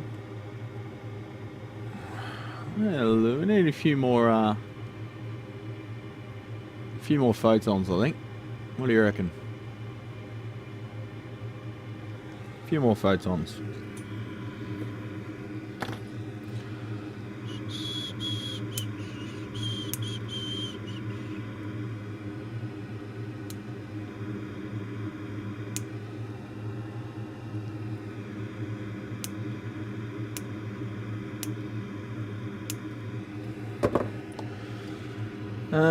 This was the one I was soldering when old mate walked in. So I'll just check over it. Yeah, it looks good. Looks like I finished it.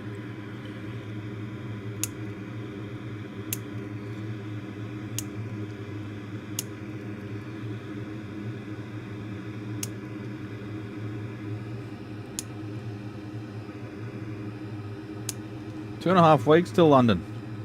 You have an umbrella.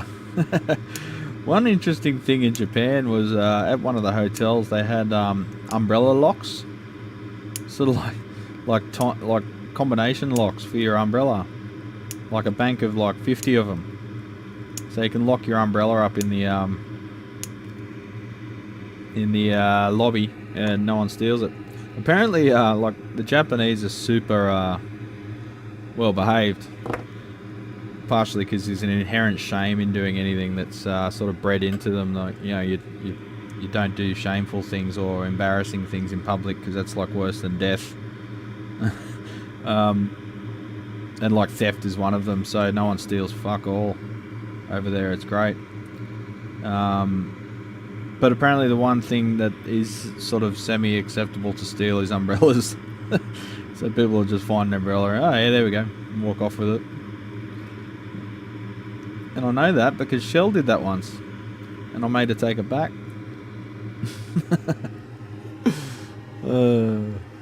Excellent ginger beer available here in CT from the local family-owned soda company. Really, very peppery. Great for mixing drinks. Hosmer Mountain Soda and Seltzer.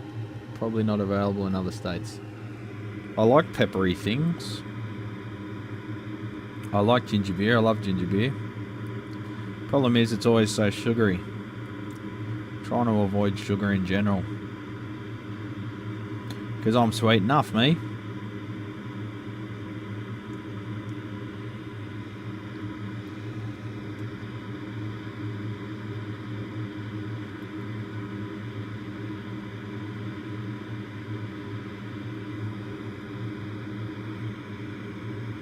Got to avoid the lead from the new cap. I'll put some new electro caps on these as well. May as well. We've got the board out, eh? A few new Nichicons on there.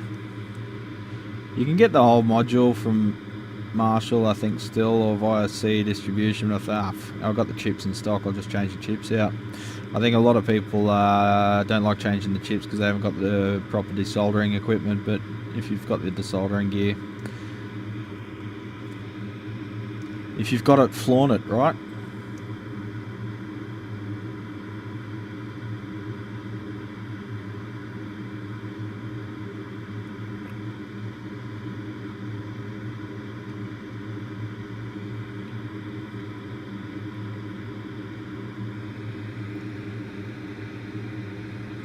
A lot of people comment on how good the soldering gear is that I've got. It's pretty run-of-the-mill, to be honest. You can spend like 10 grand on soldering stations easily. Like, that's a sort of starter kit.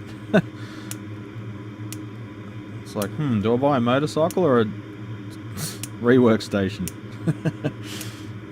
Both. That's the correct answer.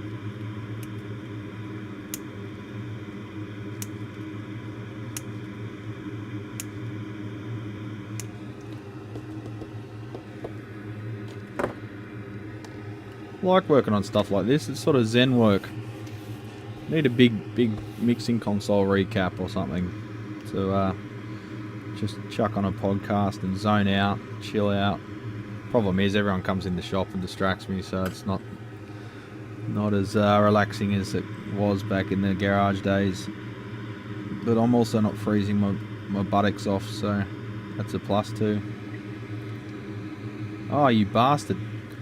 Misaligned a leg. I'm like, why is that hole empty? That's why.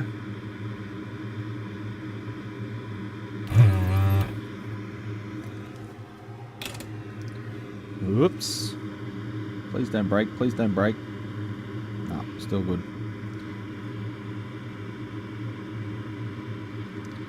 I'll line that a bit more carefully this time. That was probably the one I put in when the customer walked in. My concentration gets cut off cleanly when someone walks in the door. I have to put down whatever I'm doing because concentration just ends as soon as someone walks in the door.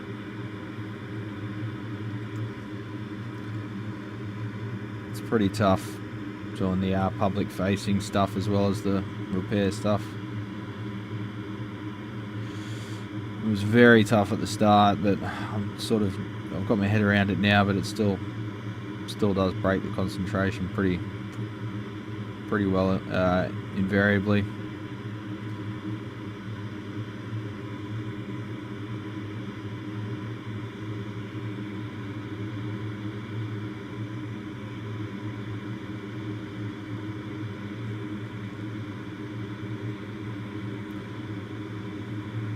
Got some repair to do to the other boards on this. I found some crushed ceramic capacitors, I think, from the previous person prying the board out.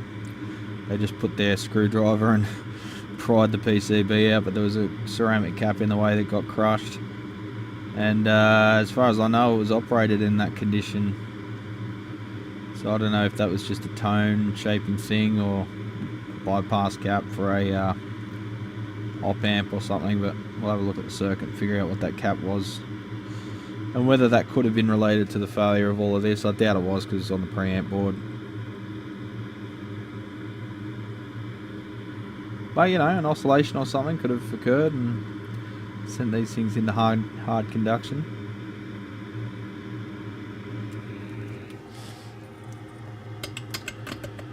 Oop. Missed the hole. Story of my life. Oh, yeah. What are we talking about? Snatch and lock stock quote. What was I talking about? I'll be in London. Oh, okay. I haven't fired up the smoker in a while, but might do some pastrami next week. And I haven't done pastrami yet. I think I've got a recipe for that. I should try it. Pastrami's great. My mate is Croatian, so he bought like a $5,000 meat slicer. And I was around at his house one day. He'd just built this house in Mulgoa Rise, not far from Penrith. And I see like his cracks in his tile are a little bit discoloured. Like he's got a... I go, fuck bro, I think you got a water leak, eh? Because he just built the house. And yeah, he had a few other problems with the builders. As we all do. The builders here are generally pretty fucking shit at any given time. But I go, I think you've got a bloody water leak, mate. He goes, no. He opens up the cupboard and he's got like 3 fucking prosciuttos hanging in the linen cupboard. He's taken all the shelves out. We'd normally have bed sheets. He's got like 3 bloody prosciuttos hanging in there, whatever you call them, in their whole state. And the oil was dripping out. One of them had missed the drip tray. And go, you are so Croatian. It's not Croatian. It's not even funny. What is funny? Curing meats in his linen cupboard. On you, Dan. I know you're not watching because you got better things to do. But hi, Dan. Be amazing if he was watching.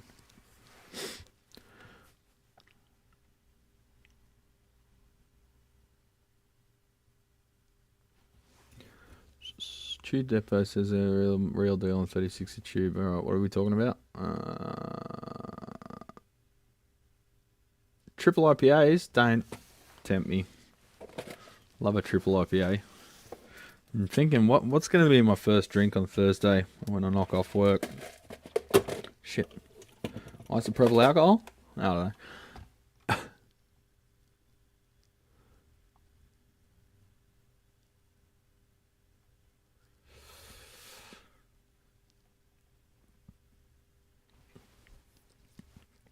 Oh, we're talking about EH6973s, but they're just EL84 pieces, parts with a different pin out.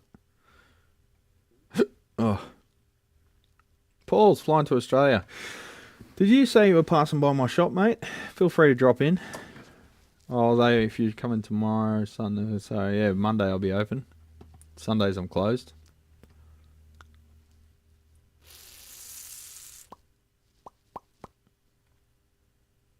Catching up on the chat. My only concern is if we'll need jackets at night because we don't want to be tethered to the hotel room. I'd say, yeah, London, you're going to need jackets. I don't know, what's the forecast there at the moment? London forecast.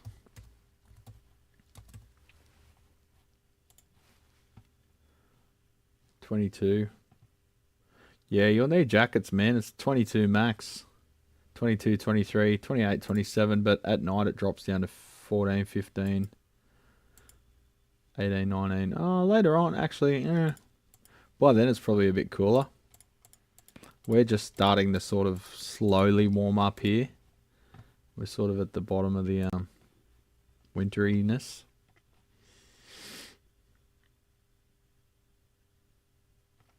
I haven't worn a jacket in 10 years. Really? You afraid of jackets, Ted? You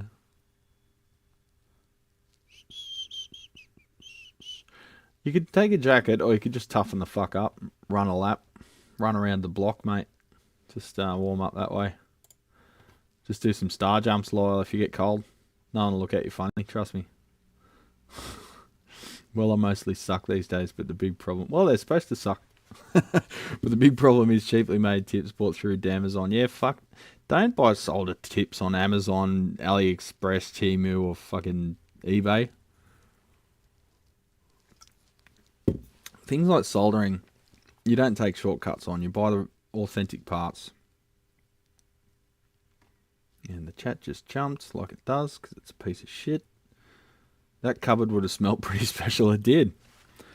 My mate's a crow out. He makes some nasty rakia. Yeah, nice. That shit's, it can be very strong.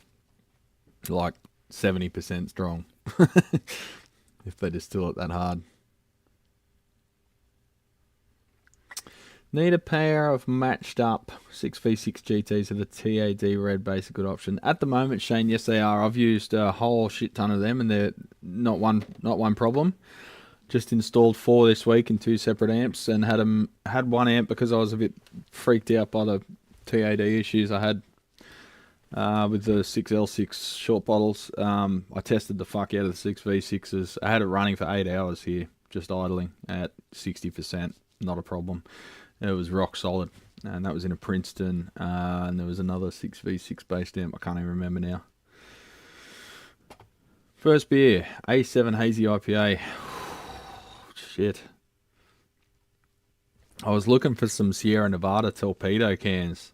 They're like 7 point something. But yeah, it's not manufactured anymore or something. Is anyone in the States? Can you tell me if they've got Sierra Nevada torpedoes over there still? Because I can't find them anywhere here. Used to be able to get them at a local place and I bought a fucking case of them. I think we smashed a case of them between me and my mates in one night and we're pretty fucked because they're like 7%, they're half litre. Well, they're an Imperial pint, 470 something. Morning, Cold Acre. How are you, fella? What's going on? I've seen a few, not you, Mark Spurgeon, but another Mark has been asking a bunch of questions in the comments on the videos. I've got to get back to it. Maybe I'll, because I don't have time to comment on everything, maybe I'll do like a weekly Q&A where I'll just pull the comments from the videos and answer them, and that will give me a time to address the snarky fuckwits as well and make them look like a clown on on live video. Fuck, we can do it right now, I guess. I should be getting work done, but you know, been working all week. I like to chill out a bit on Saturday. What's a nice desolder gun that doesn't cost $1 million? Go for the Hakko stuff. Hang on a sec.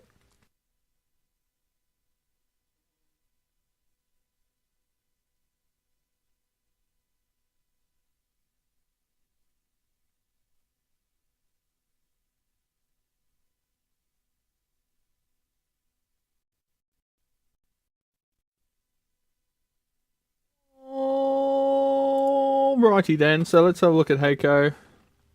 This is Tektronix, where I buy my Hakko shit from.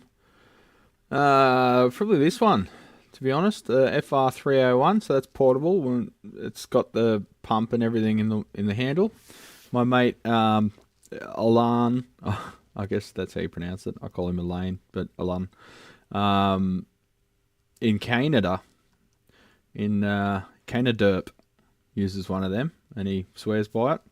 And he gives it a good workout too, so you know it's decent.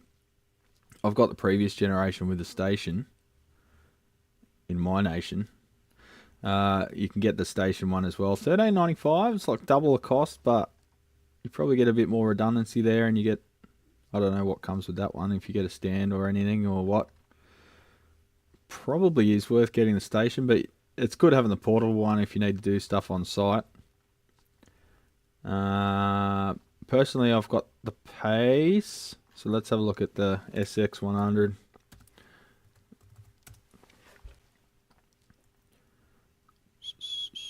So this is my handset. The handset alone's worth fucking $1,200. Oh no, that's $1,100 including GST, almost $1,200, rounded up, plus shipping. So that's my desolder gun handset, useless by itself.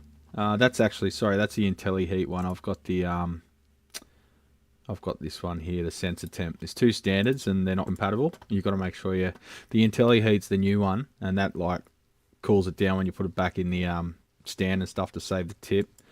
Whereas I've just got the dumb sensor temp, which is the previous generation. So mine's 1150. just for the handset and the stand, and then that goes into my station, which is the MBT 100 and something. Oh, what model is this? I think I've written it. MBT 3S model number PBS-80E. PBS-80E. My station is the PBS-80E Pace. Pancreatic extract. What the fuck? Alright. I got that one wrong. Nope. Now we got Peloton bikes. Anyway. Yeah. Anyway, that plugs into any sensor temp compatible station. And that the other one plugs into the IntelliHeat compatible stations. But yeah, one of them plus a station, you're looking at like $2,500. Pace desolder. I think they've got the dedicated standalone desolder station. This is sort of the modern equivalent of what I've got now. Plus the tweezers. So you're talking like, yeah, $6,000. So that's like what, like 3,500 for $4,000 US or something. So that's my iron. That's my desolder station. Desolder gun. My station's similar to that, but I've only got 2 channels instead of 3. This third channel's for the SMD tweezers, which are very handy if you're doing just a one-off replacement. You can get away with the chip removal solder or the hot air station if there's no electro caps nearby or anything temperature sensitive, but they are handy for just going in and removing one component real quickly. If I'm doing that, I got second hand cheap the Hakko equivalent. So that's the, and I've got a dedicated station there for that, and it's tangled up under my mag lamp. Yeah, so this one normally is like $600 just for the handpiece. But I got this and the station I think for like $150 or something, because someone either didn't know what it was or just it was a company just liquidating shit. So that works beautifully. And if you replace the tips, you can get like IC tips that will remove an SOIC. That's the heating element in the center there. And this is the parts that you buy as pairs. And you can get different size one. This is just a generic sort of suits all sorts of SMD sizes up to what? I forget the sizes. Hang on, I've got this little ruler here to remind me. So that'll go up to like you could do a 8 TSSOP chip with that, just. But you could go up to like a DO214AB, which is the big diode, and you could go right down to a SOD523. It's handy to have one of these. DigiKey, if you give your life savings to DigiKey multiple times a year, they send you one of these as compensation. But it's handy. It's got American wire gauge measurements. It's good for laying out circuit boards too. You can be like, what footprint do I need? What size hole? And it's hard to visualize when you're looking at the screen because you can zoom. But when you got this, you can go, oh yeah, it's that pattern, that footprint. Or if you've got a component, you can't remember what footprint it is, you just sit it on here and go, oh yeah, it'll line up to those pads, blah, blah, blah. So they're good to have floating around, those little rulers. I don't use it as a ruler, or as a rule, I should say. Oop, got to put that on first.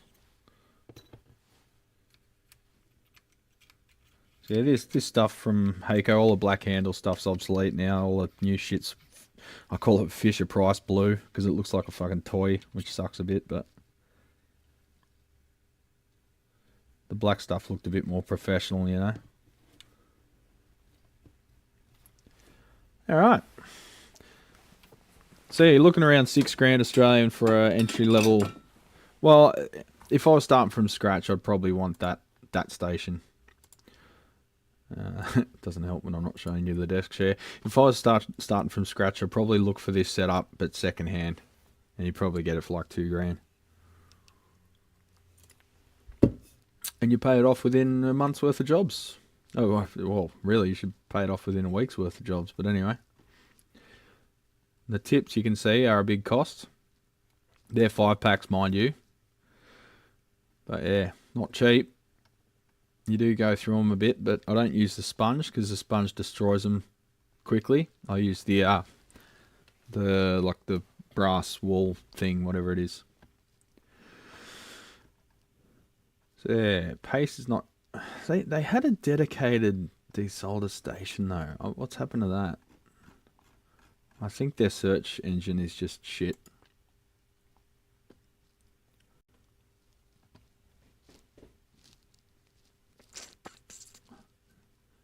This is all their brands. Where's Pace? There it is. Okay, no, this is shit. Shop categories. Soldering. Paste stations and irons.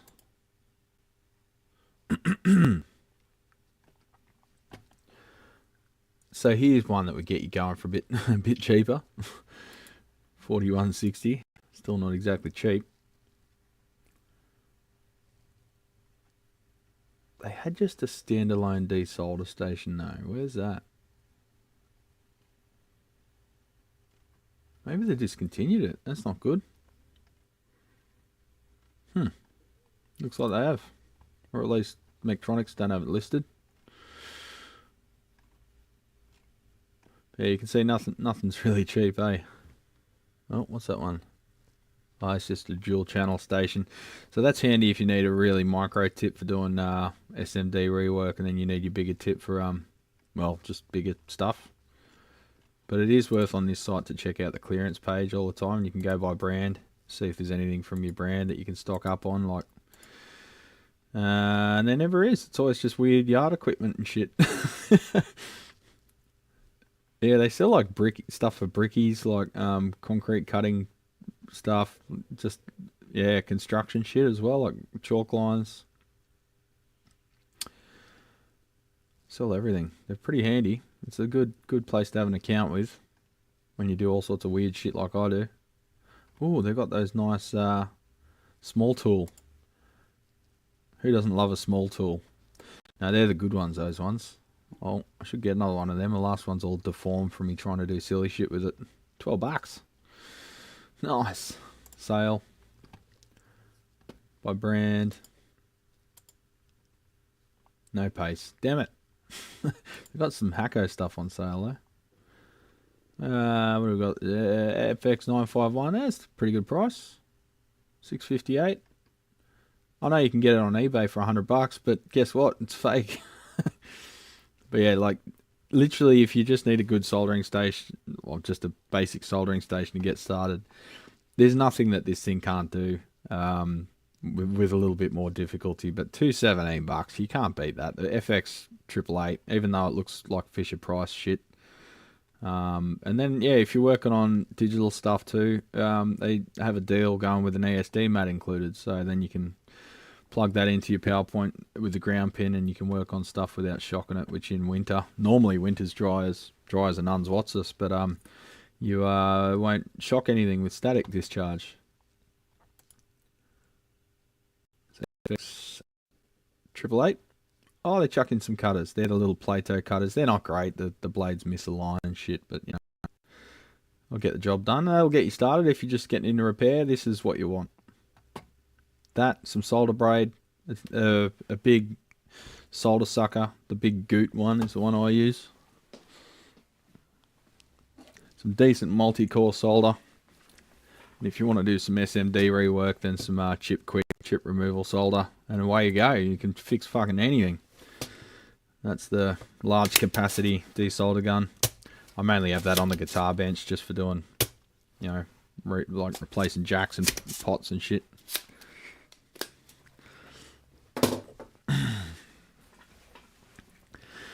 Anyway, I should probably do some work, but I don't really feel like it, eh?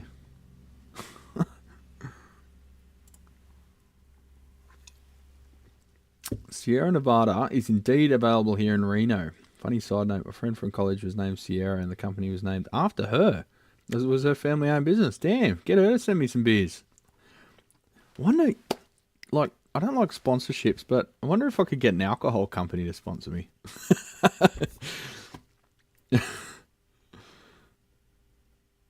better quality tips are easily available online as long as you don't buy them direct from China. Well, I got news for you. Pretty much everything's made in China these days, but the fake stuff is no good. The cable is definitely too stiff. It's not heat resistant. Silicon, really? I mean, all of these, this is like, this isn't silicon. This is like, what do you call it? Starts with a V. Vulcanized rubber. So it still doesn't melt. Like, that's hot. I'm not really doing it justice here. Now I'm overexposed. Fuck! Camera kung fu. So, like, this is on. I'll prove it to you. You know? And you can wrap the lead around it. It doesn't hurt it. But that's not silicon. You can feel it's got too much sort of grip to it. That's the vulcanized rubber. The Hakko stuff's silicon though. You can feel it. Some of my test leads. Not those ones. But yeah, some of my other test leads, they're silicon. And you can wrap them around the lead and not hurt them. I got Amazon crap, but it works for me. I'm no pro. Well, you got lucky, Mark. I wouldn't be relying on it though. But if you're not a pro, don't stress too much. It's just you'll get frustrated if it doesn't work. Like I had a customer this week came in to buy 2 pots. I'm like, what happened to the other 2 pots I sold you the other day? He's rewiring his guitar, and the other 2 pots, he said, nah, I destroyed them. I'm like, fucking what? He goes, yeah, the soldering iron burnt them and shit. I'm like, hang on, what gear are you using? And then he like told me. I'm like, no. You need, look, you probably should have just got me to install the pots, okay? You need to invest in like at least $200 worth of gear, maybe $150 worth of gear at least. I'll give you some free solder, some free wire, but you can't be using like hardware store soldering irons on this shit with like a 1/4 inch thick tip, bro. And he's like, oh yeah. I said, look, just go to JCar, get a Goot iron. You can get one for like, I don't know, $70. But pretty much that's the barrier to entry. You got to spend at least like $70 or something to get something that's at least temperature regulated. You kind of want temperature controlled, but if you get one that's temperature regulated, you'll at least get something that doesn't just keep heating up until the universe takes the heat out of it. I buy from them all the time, but look at the reviews now, but everything is just China now. Fuck Amazon in general, eh? I got some cheap station off eBay. Yeehua. So the 936, that's a rip-off. They were initially illegal piracies of these. Come here, you fucking piece of shit.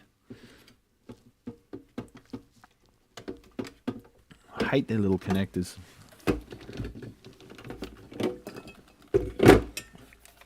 Oh, that was way harder than it had to be. They got like a DIN connector, but it's got a stupid little thread on it, and it's real flimsy. So this is the real deal. The Hakko 936, and this was the previous generation of Hakko gear. I ordered one of these from eBay. I was going to do it back way before the channel was like really kicking off. I was going to do a review and a comparison of the real versus the fake. But then my mate needed a soldering iron, so I told the seller, I said, you're selling fakes. You should probably stop that. And then they gave me a full refund, no questions asked, and told me to keep the iron. So I guess that's how they keep people quiet.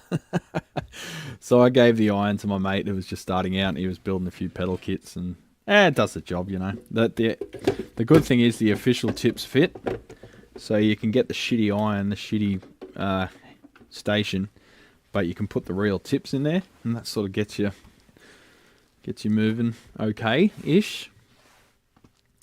Thanks, Brad. Mainly the drama is working on small through-hole pads stuff these days, plus 50-plus-year-old eyes. Well, for your eyes, to get glasses, and for the through-hole pads, what you want is to wet them with some new solder and possibly preheat the board. So often, if you're working on something with a ground plane, it helps if you've got a hot air station like this, which is always ready to go.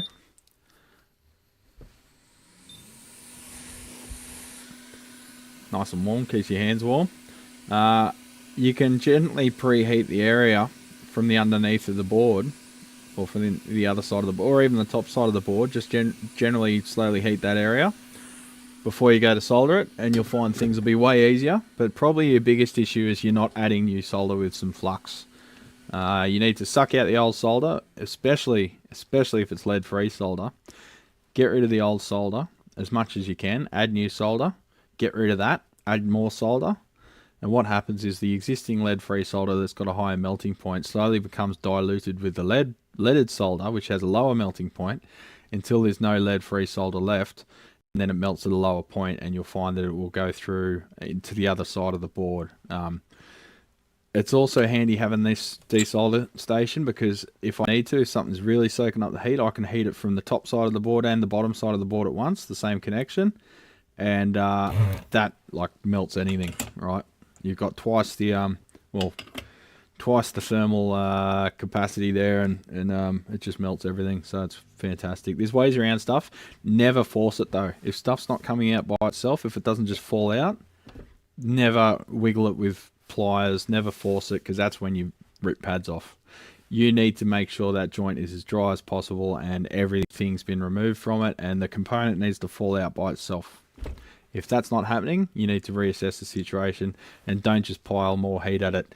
So when I'm using these, two of them, I'm not putting more heat, I'm putting more thermal capacity into it. So they're both set at the same temp. So if I was using one and it's set to, I don't know, what are we at? Say 270, 325-ish.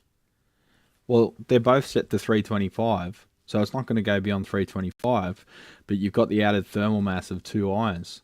So you're not going to overheat it. You're just going to punch it in the face with as much heat as you can give it to that temperature. I don't know how to explain it, but you don't try and heat something up by just overshooting the temp and just pumping 1,000,000 degrees into it, because that's when you burn the fucking traces and they disappear, vaporize, they come off the PCB. You want thermal mass. And that's where two irons comes into play. There's tricks for everything. Shane, thanks for the $10, buddy. You enjoy the channel? I'm glad you enjoy the channel. Thanks for joining us. A little bit quieter than usual. Normally we've got about 100 viewers, but well, I shouldn't say normally. We've been peaking at about 100 viewers, which has been very impressive considering I'm only at 8,000 subs. We didn't really do anything for the 8,000 sub mark, but what I'm going to do, I have looked at Social Blade. Do you guys know what Social Blade is? So essentially Social Blade is like a page where they give you stats on social media pages. So Social Blade. Now it's funny because they estimate what you earn and they estimate where your subs will be in the future.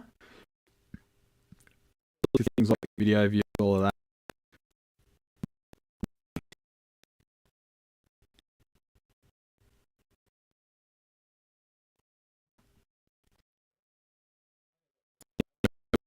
Everywhere. Fuck off, Temu, for fuck's sake, go away. Oh, they're there too. Fuck off. Jesus.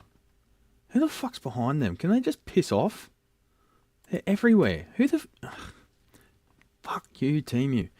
So I've got 422 uploads. Jesus. Imagine the things I could have done if I dedicated my time to things. Shit, I've been here for more than 10 years. Fucking hell, really?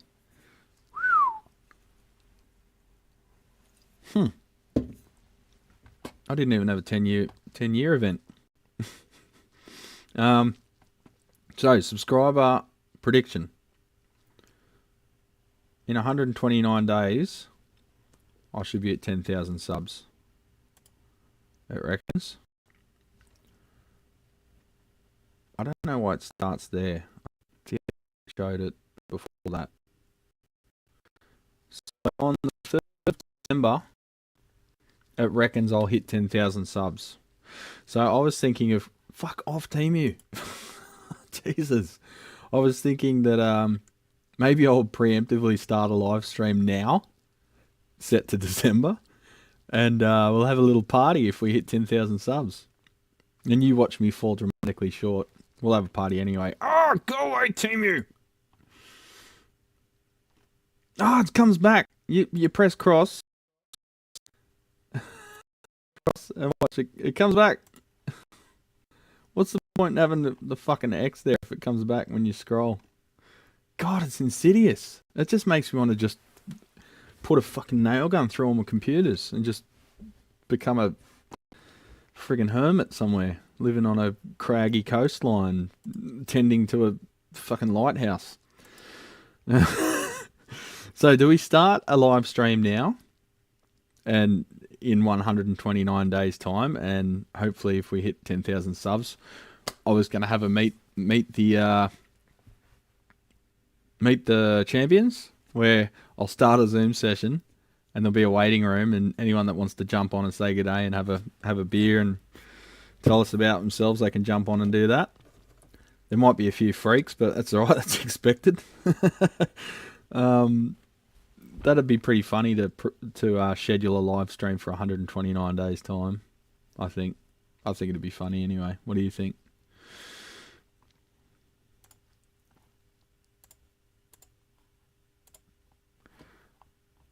uBlock. All right, YouTube has been trying to breach uBlock. It's an ongoing battle. I'm fucking so sick of that shit. I don't need uBlock for YouTube because I've got YouTube Premium. Quick 957DW hot air station plus 500 watts. Yes, $100. What? I've got the 861DW. Yeah, I paid probably $450 for that. About probably 2018-ish. Still on its first element. Haven't had to replace anything. Touch wood.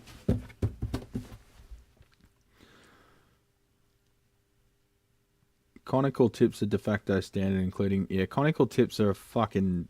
Throw them straight in the bin. Conical tips in the bin. Conical tips are a waste of time. Chisel all the way. Yeah, if you're trying to use conical, you're going to be pushing shit uphill. What solder are you using for PCB boards? Printed circuit board boards. The stuff I have is leaded but doesn't have flux in it. Oh, fuck that. No, Joe. Yeah, Joe. Throw that shit in the bin, right? Actually, dispose of it responsibly because it's got lead. Here's what I use for pretty much everything. There you go. Pause frame there. Go buy some of that in whatever quantity you require. I used to use this, but this stuff's a little bit shy if there's a little bit of corrosion, like old speaker terminals, that kind of thing. Oh, fuck. It was in focus before. Focus. There we go. 362. So, yeah, it's all 60/40. You can use the Eutectic stuff if you're that fancy, but I've found this stuff's perfect for what I do. Notice the date of manufacture. 31st of Jan 2023. This stuff can oxidize. From the factory it comes like shrink wrapped. But 2020, that's getting on a bit. But the fact I've still got that shows that I don't really like it anymore, so I'll probably use that up on like an old fender board, just getting rid of the old shit. But this is where it's at for actual rework and new production soldering. I like that stuff. It's great. Kester's good too. Yeah, I've never used Kester personally because this stuff's easier to find over here. It used to be, the brand used to actually be called Multicore, but then Loctite bought it out, I believe. So you see, here it still says Multicore. Made in Malaysia. Love to work in this factory, eh? All the fucking lead. I'm forgetting the alphabet. Golly. Also note that if you're working with unleaded solder in any capacity, even simply removing it from circuit boards and replacing with leaded solder and unleaded, the fluxes for it are rough on tips. Yeah, the flux is fucking horrible. And it's crusty, shitty stuff. In all the lead frees I've used, even on the like I understand that you got to use it for shipping to a certain place, but for a lead-free, it just turns into this crusty shit. Seems to be alright the first time you use it. Coalface Chris, $10. Thanks, mate. Where's the Coalface name come from? Should I not ask? But thank you. I was going to say I'll spend that on a burrito, but I might spend that on... I might put that towards a brisket for Sunday. Never review browser history. Why not? How else am I going to find the titties that I found yesterday?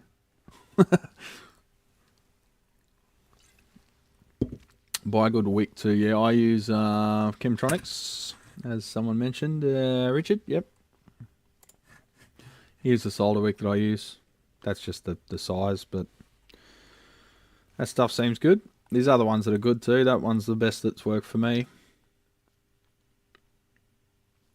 Temu is ridiculous, always blocking their ads and emails for someone sold to them. Yeah, they're fucking selling you details to people.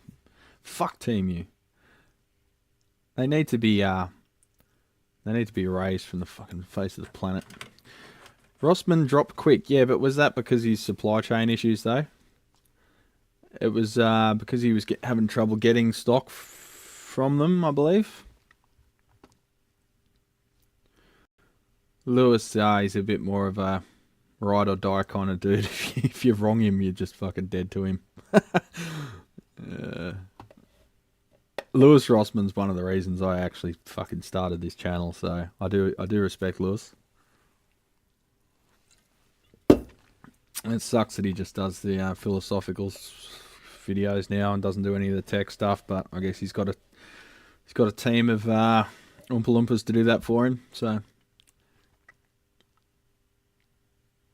I'm sure YouTube will put the vids at the very bottom of people's searches because I won't let them add ads or edit my vids in shorts. Not really a good one. I'm not up in anyone's feed, but what I get is what do they call it? Organic growth.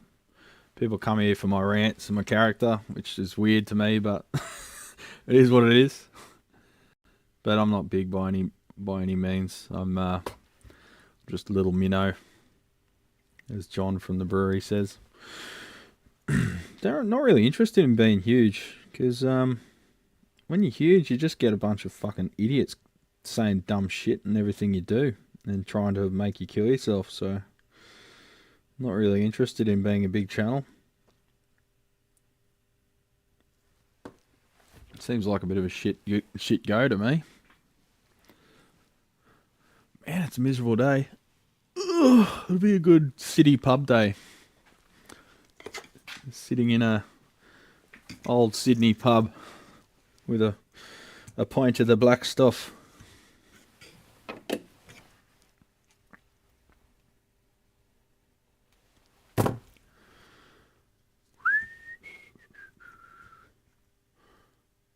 It's hard to manage them all, so I want to be able to prioritize channels, but they don't do that. Very nice voice impressions, Brad. What? What did I do? Voice impression? Was that the Irish voice I just did?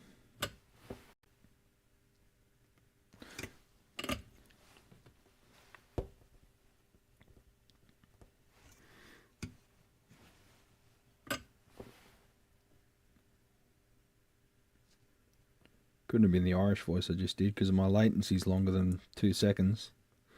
The latency on this stream is probably like 30 seconds or so, so you're looking at the past. You're living in the past, man. Now, I've got a little link there for that one. Let's just give those a bit of a wash with alcohol. Lyle just published a pedalboard video. Fuck. Hectic. I'll have to check that out. Oh, that's the other thing I was going to tell you is, what have we got? Tone Talk. I'm just the opening act for Tone Talk today. Tone Talk. They kick off at 10 AM. So we'll finish at 10, then we'll all go over to Tone Talk and say good day to Dave and Mark.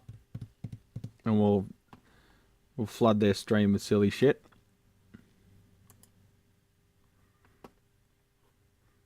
How long have we got? Live in 100 minutes. Exactly 100 minutes. So we'll go to Tone Talk. And I want everyone to ask questions that have nothing to do with guitar. I think that'd be pretty funny. Oh, it sounded like a Simpsons Dr. Nick impersonation. What did I do? No, I was doing Gomer Pyle. Oh, golly! No, there's Dr. Nick is. Hey, everybody! What am I doing? Yeah. That's what I was doing.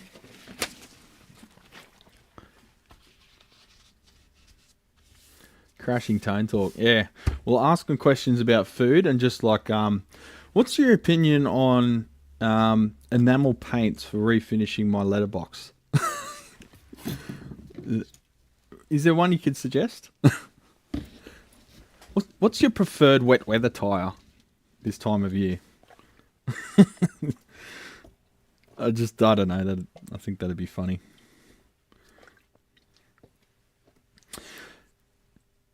When making prawn linguine, do you remove the string in the prawn, or do you prefer to leave it in for flavour and texture?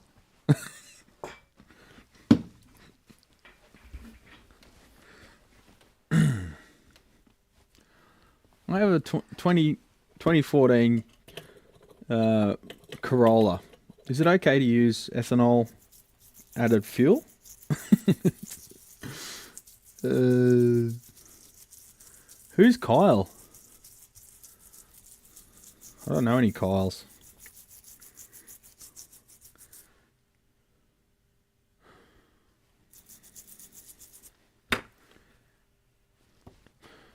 Compressor.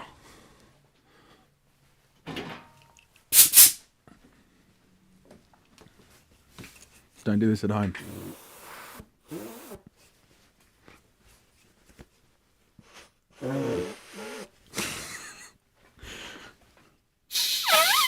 Don't play with compressed air. It's silly. Favorite olive oil.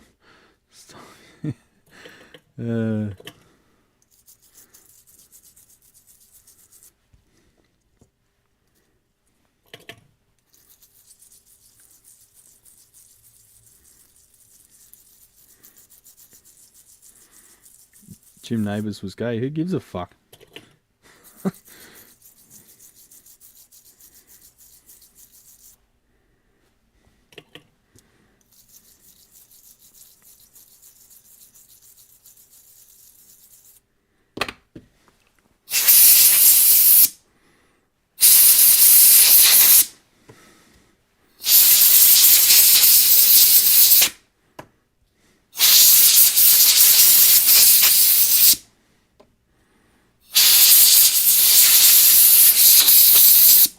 Alright, let's see if this thing blows up, eh? No, I've got to do some work to the other boards yet. Like I said, there was a crushed ceramic on the front PCB, which I'll sort out. Go back to the bench cam. Actually, I'll clean the heat sink. So the desk chair. The silicon, well, it's not silicon, it's the heat transfer compound. Seems to be oil based. Seems to be slightly, I'm not sure what the name is, but slightly dissolvable with isopropyl. But what really smashes it is shellite. Actually properly dissolves it. Whereas when you use just isopropyl, it tends to sort of be like colloidal. Is that the word? Where it's not fully dissolved, it's like still little chunks floating around, but like suspended in the ISO. Whereas shellite actually dissolves it and turns it into a creamy, milky fucking mess. So I might... These are weird little assemblies, these things. So they're like a tunnel heatsink made out of two halves. You see they're sort of housed into each other. They're very tightly housed into each other. But I kind of want to separate them to clean them properly, because there's gunk and shmoo in them. But they should slide out, but they're really stuff.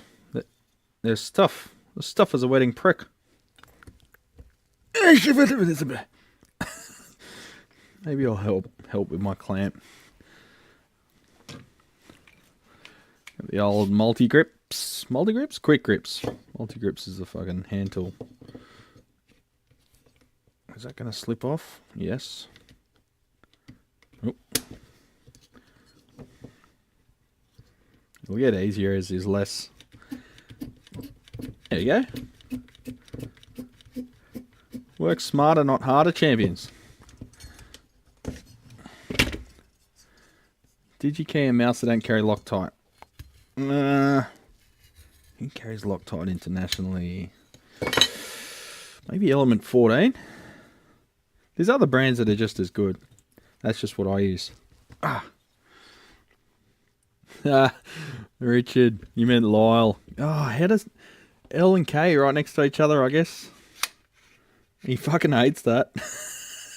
So many people call him Kyle. A lot of people call me Brett for some reason. I've got a mate that's Brett. And Brett, the name Brett has a certain phrenology attached to it. I don't look like a Brett. My mate Brett fucking looks like a Brett. I don't know how to explain it, but it's like when you got a Justin and they look like a Justin.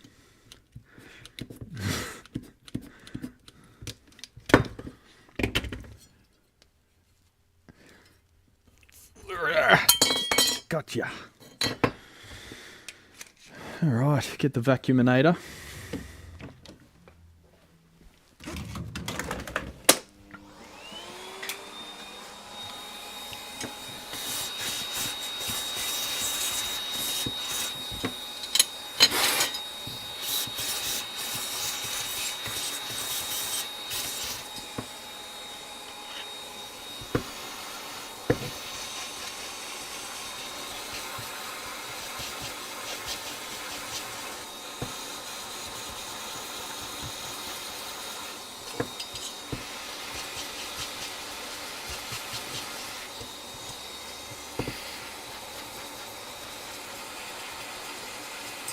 Probably could have just done this by blasting it with compressed air, but I like to get in there and actually clean the fins.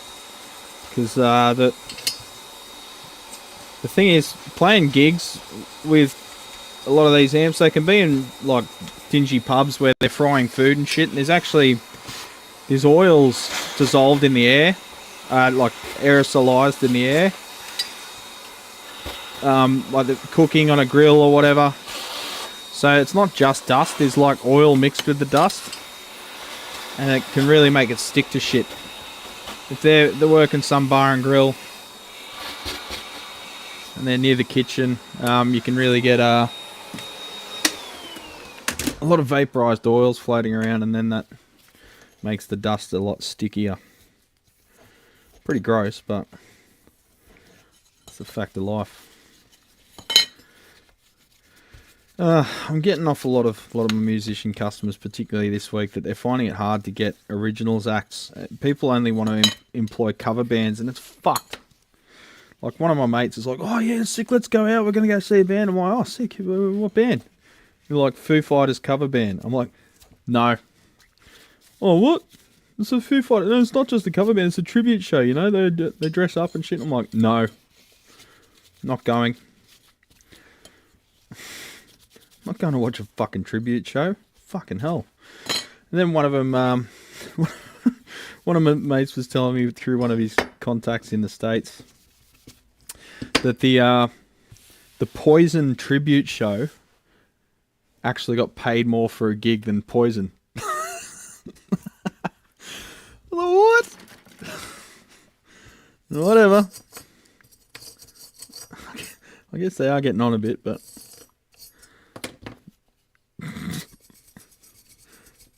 crazy. It just sucks. Like, I don't want to go to a gig unless it's originals. I want to see artists expressing themselves. I don't want to see some fuckwit dressed like Dave Grohl with a stupid goatee and fucking, like, has to live day to day with the look that he's cultivated for his fucking tribute shit. Like, that's just so weird. So weird. The Elvis impersonator shit. It's so fucking weird. They're like mentally ill. Be your own person. Fuck's sake. Let's put this back together. They're symmetrical, but they are not. Sorry, just catch up on the chat. Experienced solderers can sometimes get the job done with lower quality equipment if they absolutely must, but newbies don't have sufficient experience to make do with junky equipment. True. Fish glue for cabs. Sure. No, I wouldn't use fish glue for anything.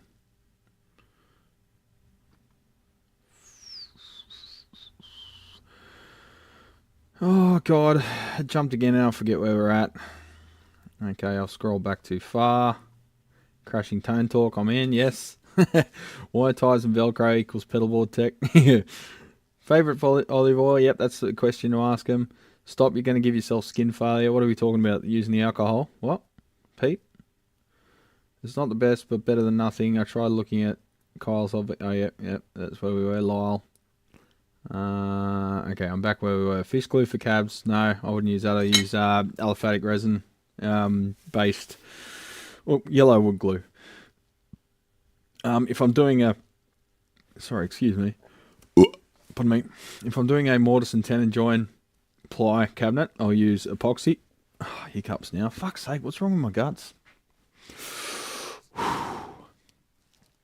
If I'm doing a mortise and tenon based CNC cut cabinet, I'll use 2-pack epoxy. Well, of course it's 2-pack, it's epoxy. I'll use Techniglue. But if I'm doing a finger joint cab, I'll just use yellow glue. So type bond 1, 2, or 3. I generally just use type bond 1. What's bigger than Winnie's poo? Gomer's pile. I used to love it. We also have birch beer, which is like clear root beer. We used to have it with grilled hot dogs and conies. What's a coney? Conies are... Oh, he's about to explain. Conies are white hot dogs. White hot dogs were created here in CNY. So they like the Weisswurst in Germany, maybe? But you got to peel them, so I don't know. Has anyone ever had a DIN plug interface on a Hakko or other soldering station fail? I haven't, but yeah, they're shit. I can see them failing quite often. I think you could just replace it with the normal DIN plug and just forget the thread. The newer ones, the 888, are just the 6-pin DINs without thread. So that's the FX-888. That's the real deal. Fuck, I've used it a fair bit. You can see all the wear there. That's the FX-8801 iron, 26 volt, 65 watt. What? But again, that's the indirectly heated chooch, similar to the previous one. There's the tip, there's the heater. The newer ones, the induction-based ones, are well, not even the induction, just the directly heated ones, which I think is on the 951, FX951. They're a lot quicker and a lot higher thermal mass because the heating element is part of the tip. When you replace the tip, you're replacing the heating element at the same time, which seems a bit wasteful to me, but I guess if you manufactured it to suit, I guess the economy of scale, blah, blah, blah, blah. And there's the older type, which is just a 5-pin DIN. Different pin out probably, and that's got the annoying turny locky thing, which isn't really needed. I should probably just rip that off, but yeah. So they're not compatible with each other, is what I'm saying. Because if they were, I could get a new iron for the spare station that I've got.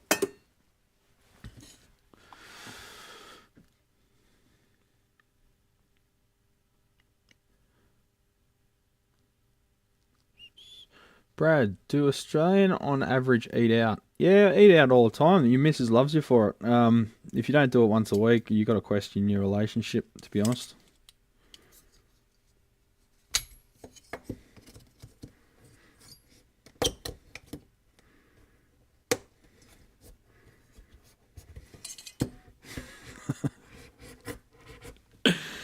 But yes, we do eat out quite often. Usually at pubs.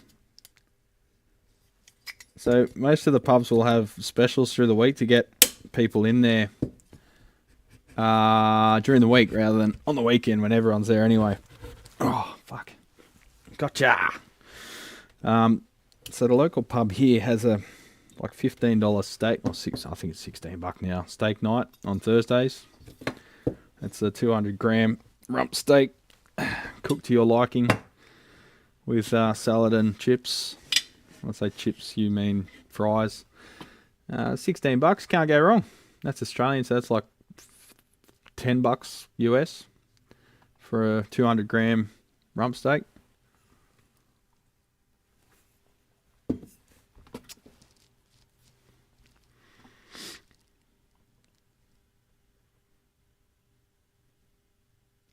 Cheap Harbour Freight unit.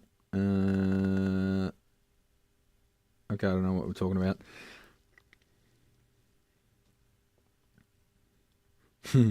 Lou Wood's Titebond, but you will get about 100 different answers for the same question. Just use Titebond.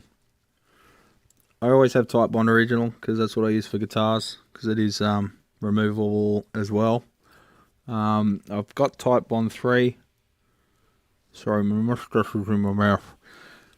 I've got Titebond 3 as well, which I use for chopping boards and anything where it's going to come in contact with water, possibly. And anything where you need an initial stick, because it's got like it's almost like they've got sand or something in it, real fine grit. And that helps it, the glue joints not slip, because when you're clamping two bits of wood together in butt joint, they like to form, like the glue's really lubricative, so it goes and likes to slip. Whereas they put some abrasive in the, I don't know if it's abrasive, but it doesn't seem to affect chisels, but there's some texture in there that helps it grip as soon as you clamp it up. You wouldn't imagine they use sand because that'll fuck all your tips when you go to cut it away. But oh my god, the fucking chat keeps jumping.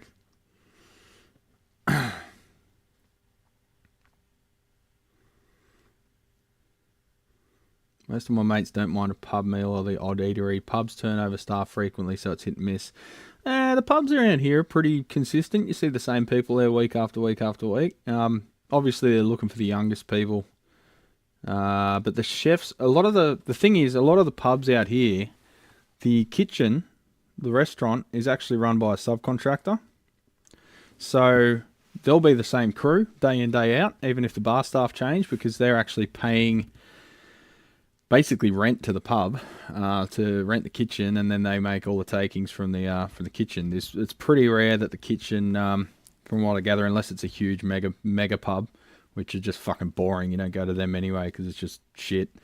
Usually the kitchen's the same crew day in, day out, more or less, or at least the same head chef and the same sous chef or whatever you want to call it, the assistants, and then the shit kickers maybe come and go. But Australia cover band, hell, it really is. It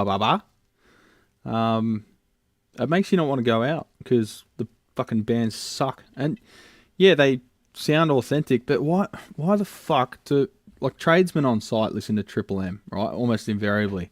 They play the same fucking Foo Fighters songs 3 times a day, and then these fuckwits go to a pub, gamble their life savings away, and then listen to a fucking tribute band playing the same songs they've heard 3 times a day for the last week.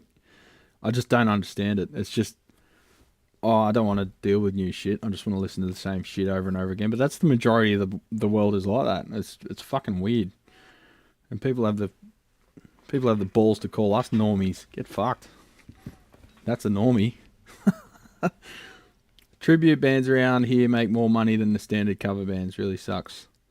Well, I can understand the tribute bands making more money than the cover band, but cover bands suck too.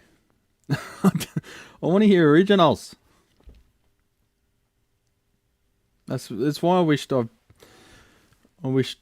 lived close to the city where you can actually see some cool shit. Out west, you don't see fuck all except tribute bands, and there's a bit of stuff out here, but they're struggling. Like, they don't get enough pay. There's not all the bogans out here. They don't give a fuck about art. They just want to hear the same shit over and over again because they're fucking idiots.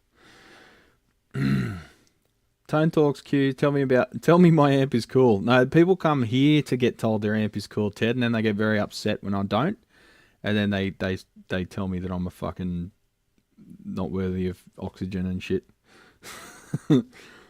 Gotta eat dinner, but I may be back. Alright, couldn't see you then. Or failing that, see you on Tone Talk. Oh, he's the man himself, Dave Friedman. Yes, someone did say Tone Talk. I am the opening act for Tone Talk today.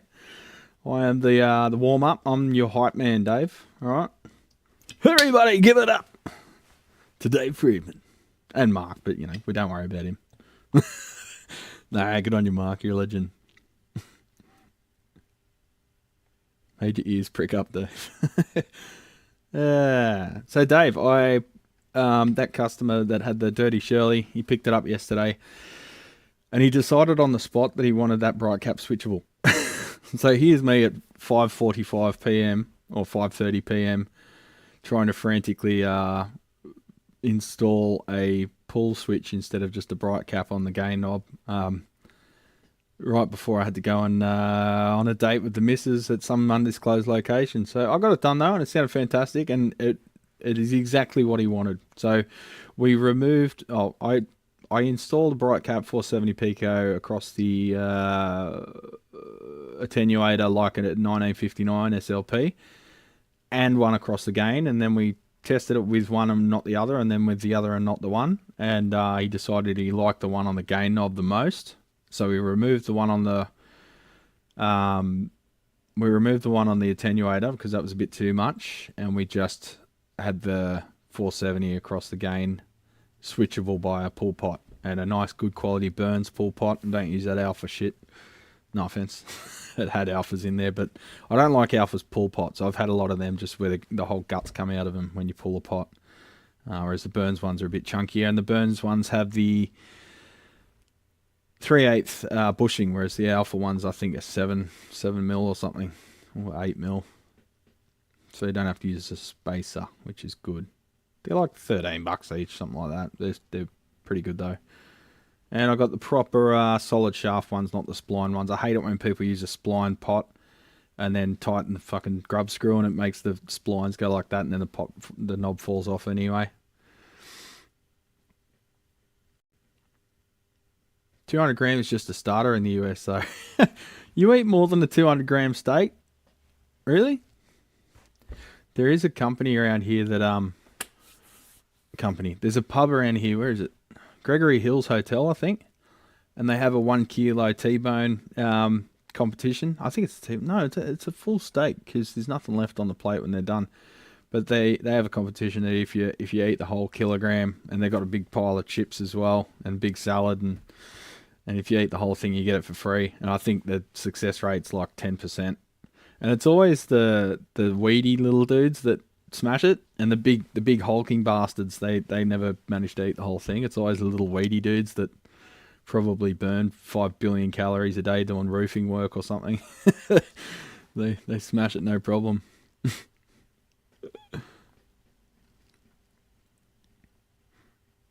Oh, the chat jumped again. Fuck, I hate. When are they going to fix that? It's been doing that for 10 years. Piece of shit. So I miss half the chat because it just jumps to the bottom when you touch the scroll at all.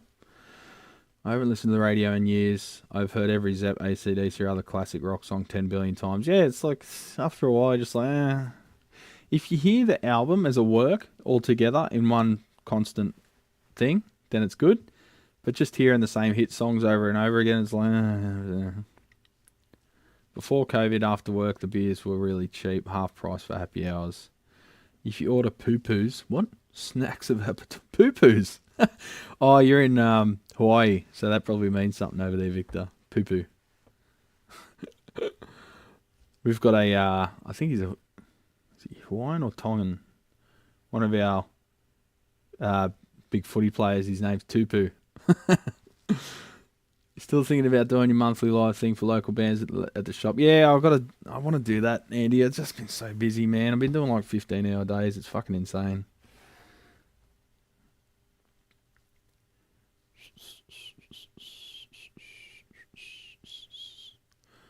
Beautiful wife and I are going on a 4-day cruise next May with Social Distortion. Oh, that's that punk cruise. Mad. Constant shows for 4 days with no cover bands. Is that the one that Pulley is on, Rob? I love Pulley. Pulley are awesome. They're a punk band, but they got an edge to them. It was real raw and real in your face. And I don't know. There was something real honest about Pulley. I really liked them. I think they're still going.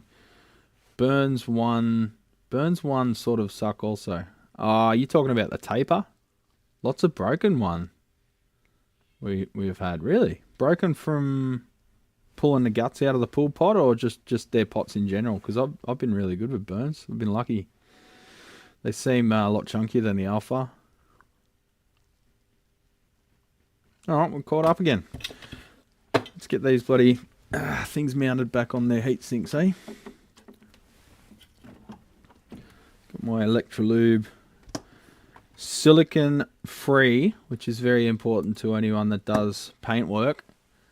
You don't want silicon anywhere you don't need it. So I use silicon free Electrolube HTC.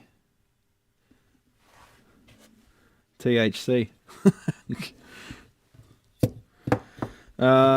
Shit, which way do these go? Well, they've got to go that way, don't they? Yes. Go that way? Go that way. I think they go that way.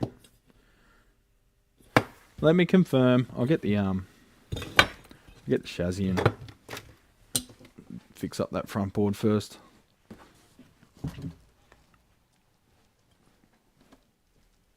And it's coming down out there.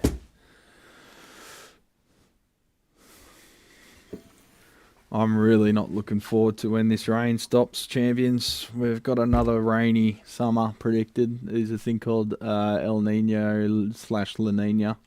I don't know if you're aware of it, but it's essentially a cycle. And El Nino means we have drier and hotter than average weather. And La Nina means we have cooler and wetter than average weather. Now, 2020 was our first La Nina, and then we had 4 in a row, or 3 in a row.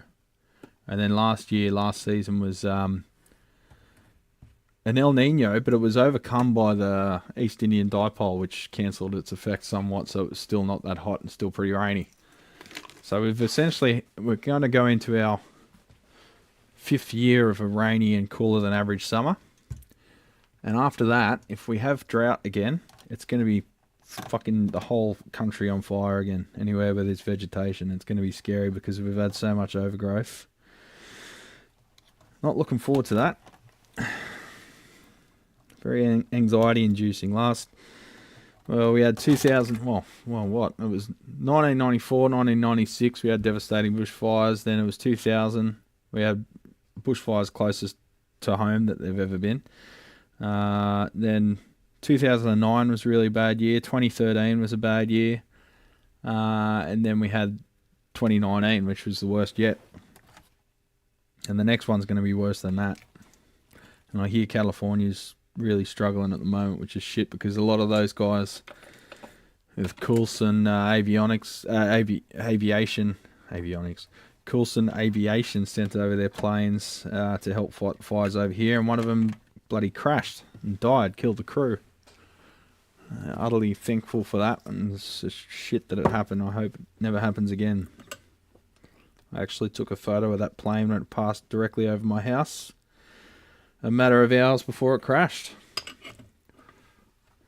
2019 was awful. It was fucking terrible, and we couldn't believe our luck when we got rain after that. The fires were still smouldering. They would have kept going, and then the rain kicked in, and we drove from, so it was New Year's Eve, but Dad's birthday's very early in January.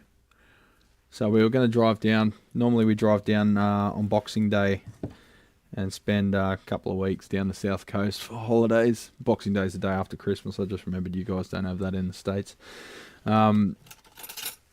But all the roads were blocked, and we were getting more and more anxious, and then the roads got cut off, so we couldn't go there. And the fires were getting closer at home, so I kind of wanted Shell to stay here to get everything out of the house if we could, because remember back then I didn't have the shop, so we had to take everything to a dad's place or something. So we had the van packed with all the essential stuff ready to evacuate if we needed to, because my house it's only like a block away from the bush. And we were ready to go, but then I wanted to get down to Mum and Dad's. But all the highways were shut, all the roads were shut, because it was burning all the way up and down the east coast. So I said, fuck this, let's get a plane. So I looked at Rex, which is our rural airline. They've got little boxes with fans on them that they call planes. And there was one plane. It was specially chartered to get nurses down there to assist the hospitals, because it's a lot of retired people down the south coast, and a lot of respiratory problems with all the smoke from the fires. So they were shipping down some nurses from They were flying down some nurses from Sydney, and we happened to grab the spare 2 seats off that plane. And we got on this plane, and shit you not, there was 13 nurses on the plane. Now, I'm not superstitious, but we're about to fly over pretty much what looked like a war zone. It looked like Armageddon flying over it, and we had 13 nurses on board, and here's me and my brother sitting on this little prop plane, and we landed at Moruya Airport. And I love Moruya because it's hard to say it without sounding like a bogan. Oh, I'm down in Moruya. They're hanging out in Moruya. So anyway, there's a tiny airport there that's like a shipping container with windows on it. So we landed there, and Mum and Dad picked us up, and we went and prepped their house and helped out and getting ready in case we had to evacuate. They did evacuate once. They were told to get out, but then the wind shifted and they could go back, but it still was on the horizon. And then the power cut out, because basically the entire power infrastructure got burnt. All the poles got burnt. So they had no power for like 3 days. So what we did was we charged up all the drill batteries beforehand. And then luckily Dad's drill batteries were all 12 volts. So then I used a car USB charger to keep our phones charged by using spade connectors into the connectors on the drill batteries, and then using the car charger to charge the USB devices, so we could receive the updates, because there were still, I think, satellite updates happening to tell us when to evacuate. So then the wind shifted, turned the fire back onto itself, because that was our only hope. Basically, it was beyond fightable, and then the rain started, and the fire was still burning in the rain. It was crazy.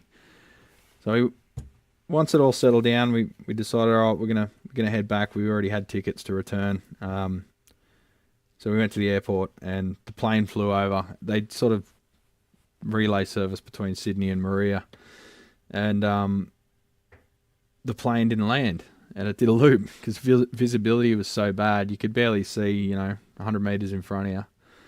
And the plane went over again and didn't land. And it did that 3 times, and then it cancelled and went all the way back to Sydney, so the people on the plane couldn't land. So all the planes were cancelled. So we pretty much had to drive home. By then the roads had opened. But even then, like 3 days later, they were already up there putting up new power poles. Like all the construction was already taking place. It was insane how quickly it happened. And that was 2019, and 2020 COVID hit. So yeah, what a time to be alive, champions. Alright, I can't see the number on this cap. 10 pico. Yeah, that's 10 pico. I'll just confirm that with the schematic. Morning, Alan. How you going, champion? Thanks for your Dry July donation, by the way. I really appreciated that. Appreciated. Fail, some bad out of the gate. Yes, better, but still not great. We use them in some production. Okay, so Dave's talking about the burn spots there. Got real into social distortion, masked intruder. The mensing is good. Ah, Joe, you upgraded your membership, mate. Legend. You don't really get anything extra for the membership when you're on a different tier, but it just shows your support.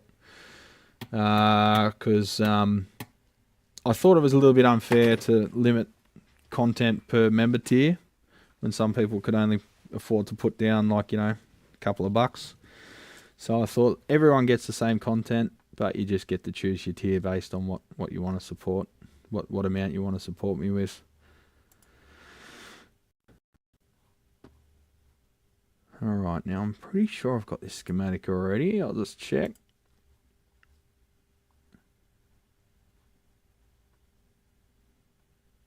Maybe not.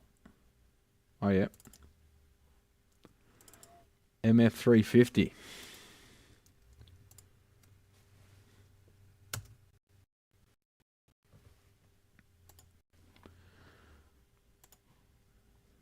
Might go a bit squirrely while I'm uploading these PDFs. Bear with me. That's unfortunate about the audio taper pots. Use them on a number of my guitars. Yeah, the taper on them, it's a taste thing. The few that I've installed in a guitar, it's a little bit abrupt as you roll off the volume with their audio taper. But I found that on their 18s, and then on their 26mm pots that was actually a bit more gradual, even though they're technically the same taper. So the taper's not the same. Yeah. Had family evac from South Coast, yeah. Feeling for Jasper at the moment. So that Jasper's getting smashed in, what is that, California, is it, Ken? Is that Jasper, California, is it? We have the most wildfires and acres burning right now in Oregon, right? Oh, so Oregon's getting smashed. 73 fires, 317,000 acres. Not expecting bad air just yet. Depends the way it's going, I guess, yeah. We've been lucky, I forget which one, little boy or little girl. We have one of the probably little boy cause hurricanes. What? Is there a hurricane as well, Victor? Let's have a look. Victor's in Hawaii. Let's have a look at Windy app. Is that in my bookmarks? Nope. Wind map. I like this app. Where is it? Earth. Here's the link for anyone who wants to know. Good at. Well, it's not really an app. It's a website. I wish you would start to use Patreon, Brad. I really don't like giving extra money to Google or other big tech partners in crime. Yeah, probably should. It's just people don't like clicking more than once. So maybe I will start Patreon. I wanted to start Patreon when I've got a bit more to offer. For Patreon, I really want you to sort of get value for money, whereas with YouTube, it's just a token of appreciation. As our ex-Prime Minister would have said.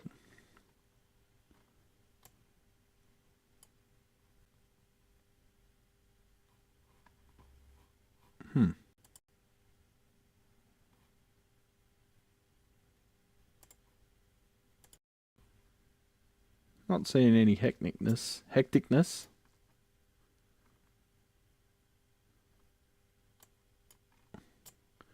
What do we got? No real hectic winds at the moment at all, really. Got a couple of vortexes down south as usual.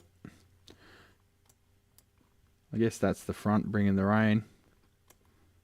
This doesn't show precipitation though. Oh, there's a bit of shit going on out here. Nothing too hectic though. This is actually the calmest I've seen in the whole planet. Are we, is this the thermal death of the universe?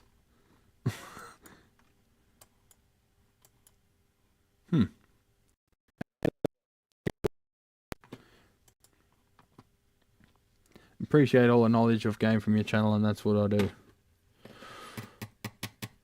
I don't know how much knowledge you've gained, but I like to think that you enjoy the salty cynicism. God damn, I need a haircut. It's starting to look like a pedo. It's starting to look like a geography teacher. Fuck. We've had mild summers for the last few years. The undergrowth and scrub is a bit of a warning. We're due for a big one. Yeah. Where are you, ba? No pots in my guitars or tone. After 40 years, I noticed I never use them. Maybe a kill switch. Fair enough. Eric, $10. Thanks, mate. Can you substitute? Fuck. Another coffee. Can you substitute a 2 nanofarad ceramic disc cap for a 22 nanofarad ceramic disc? It's for a Marshall Bike Chorus 200 valve state amp. Well, it depends on the position there. If it's that, I'd say it's probably a coupling cap. So if you did that, you'd just massively change the filtering of that stage. So you'd let a lot more bass through. If it's a timing thing for the chorus, I'm not sure. It depends what cap it is. Tell me the cap designator, and I'll tell you what it is, because I've got the schematic here for that, I believe. Mr. Webb, is it recess time yet? You know what? It bloody is. It is recess time. Let's all have recess. And I'll insert an ad. I'm going to boil a kettle. I'll be right back. It's time for a cup of tea, mate. A wee cup of tea, mate. Time for a wee cuppa. Cuppy.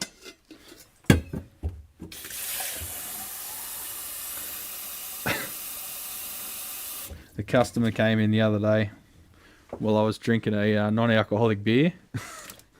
but because it was in a, oh, what do you guys call them? Beer cozy. Oh, sounded Canadian then. Because it was in a beer cozy. It could have been a real beer, and I could just look like a raging alcoholic. But then it's sort of the situation where if I pulled it out and said, look, it's not really beer, it's non-alcoholic, that would actually be worse than if I just ignored it. So I just ignored it. I don't think he noticed.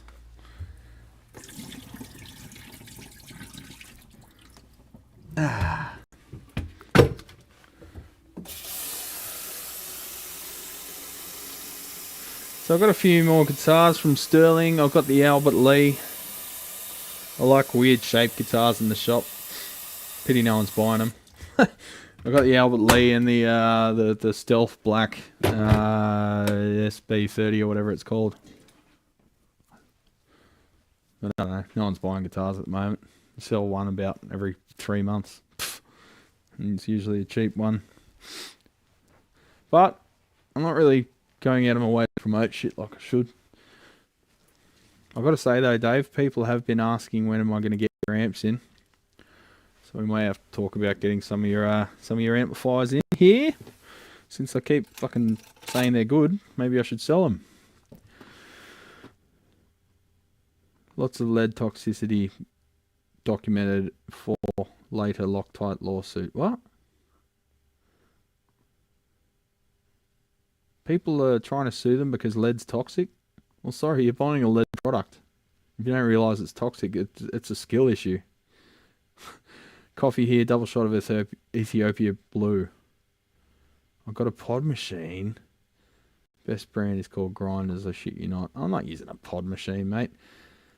Southern Vales, South Australia. Right, South Oz. I think you remind me that you're Australian every stream and I forget every other stream. Sorry, mate. South Oz. I like Adelaide and I like going to Adelaide. I like that city a lot. It's what cities should be. Chilled out with a fuck ton of pubs.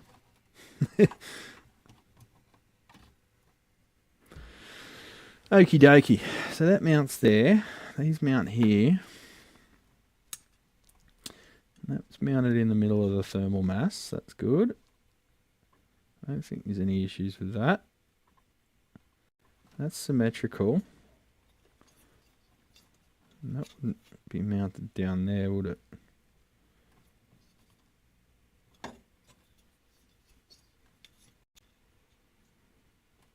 Yeah.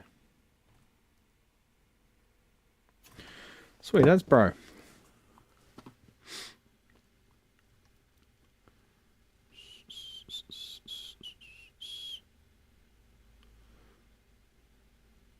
As long as I won't fry it, I'm cool for now. I don't know enough to know what the designator is. I know that it's toasted. Oh, hang on, it's toasted. You've got a toasted cap. Okay. So, the designator's on the board, Eric. It'll say next to the cap what it is. C23 or whatever. Let's just have a look. Let's see if we can help out since he gave me $10. Have I got the valve state folder? Valve state. Valve state. Is that the 100? Valve state. Shut up, computer. VS100? No, you said 200, didn't you? Bichorus 200. So what's the Bichorus 200 model name?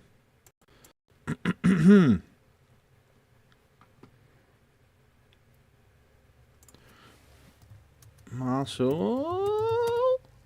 B. Marshall. Marshall Islands. Oh, fuck, I can't even type.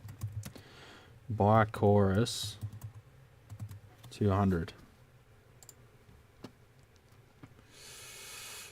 Model number 8280. That's what I'm after. 8280. 8200? Is it the 8200 or the 8280?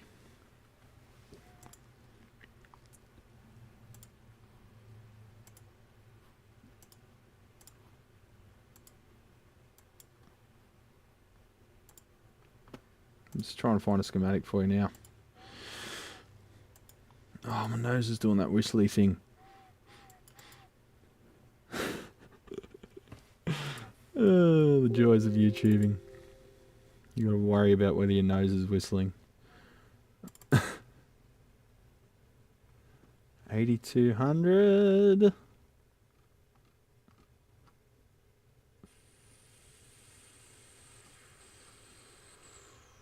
Unsorted. Miscellaneous schematics, I don't know, what do we call it? Unorganized files.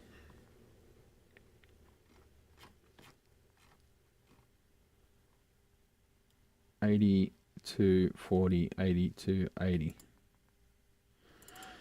Alright, let's download the 8280 and we'll have a look at that one. Maybe the preamp circuit's still the same, it might just be a different powered output stage.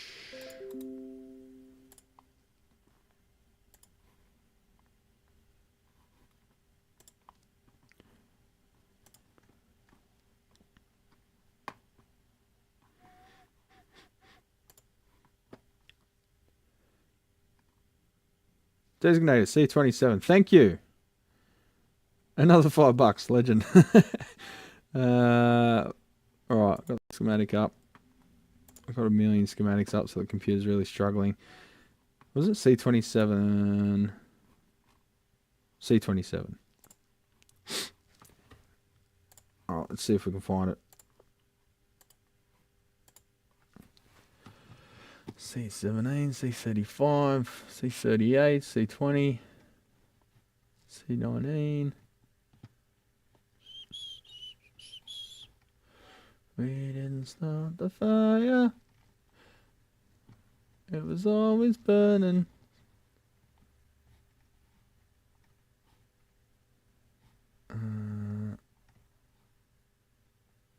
This is fun, isn't it? You can't search by text because it's image.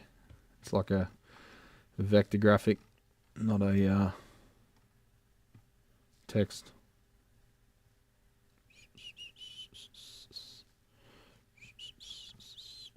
How come that song's in my head? Because I'm so used to dealing with devices that have gone on fire, I guess.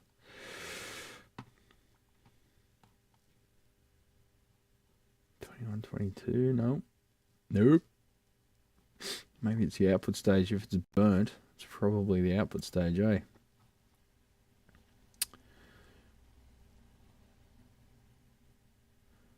I was wondering if it's in the feedback loop, indicating possible oscillation. No? It's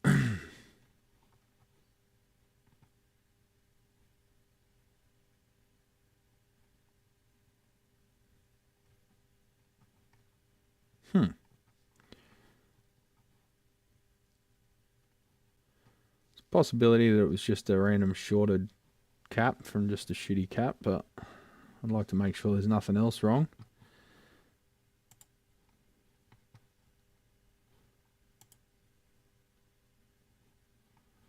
Seems to be a very small value. God damn it, where is it? Oh, live for this shit now that I'm retired. Fell way behind doing my job for years, so playing catch up. Good on you, Joe. I live for this shit. C23. It's amazing how you just can't find the component that you're looking for, eh? Preamp of 8280 off TR3. Okay. Preamp 8280. TR3. Oop, C25, C26. C27. Alright, so we've got one of these high voltage FET VN2410L. So think of these as like a triode. Because they run on relatively high voltage. So you notice that cap value there, 450, and then this cap value 350, 350. So they run at high voltage.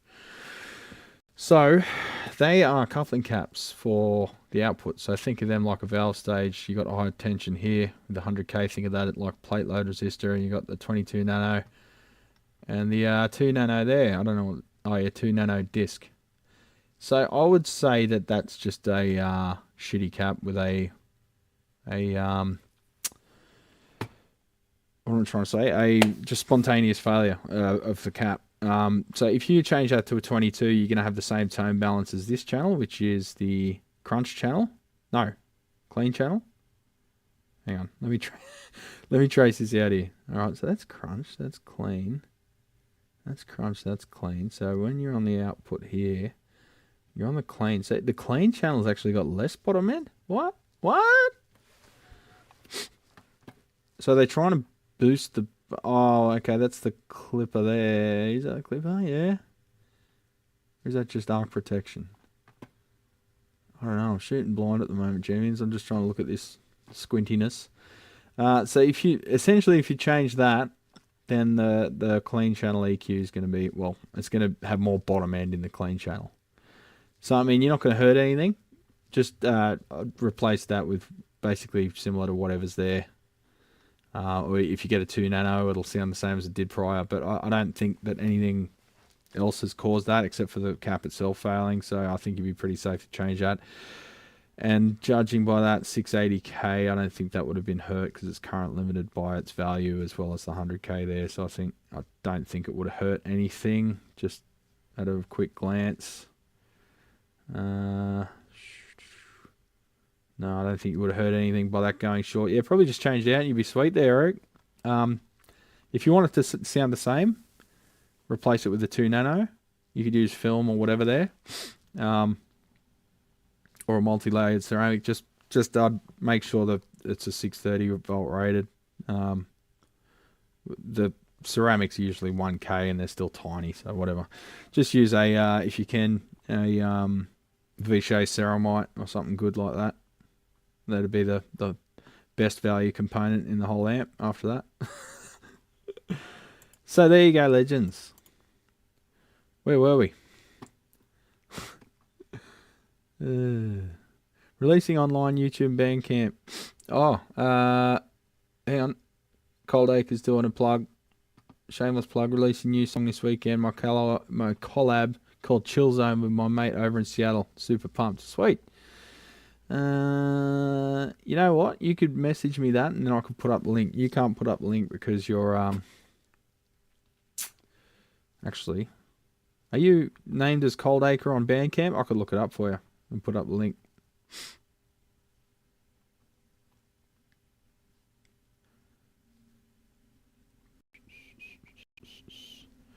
Brad lives at 1.5x. Are you talking about my zooming in and out there, Ted?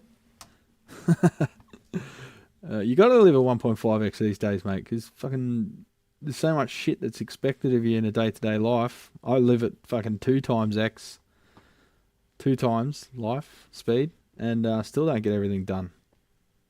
There's still people calling and calling and calling, asking for updates. Probably because I fuck around in the morning when I could be getting work done, eh? I had the opportunity to buy a mate's Marshall KT66s for $1,000. Fuck off. KT66s. What, a pair of KT66s for $1,000? Or are you talking about an amp with them installed? I passed because I thought I was a Vox bloke. Found out I was actually a dimwit. I don't know, Baba. I wouldn't pay that for any pair of valves.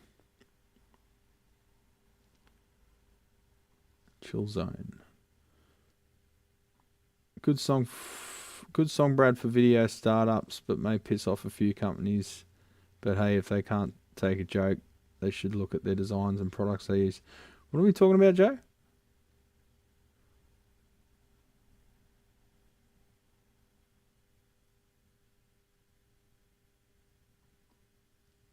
Alright, everyone's checked out Cold Acre stuff. Excellent.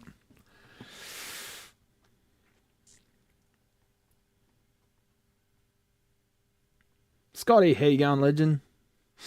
Alright, we can start now. Scotty's here. So let's get to work.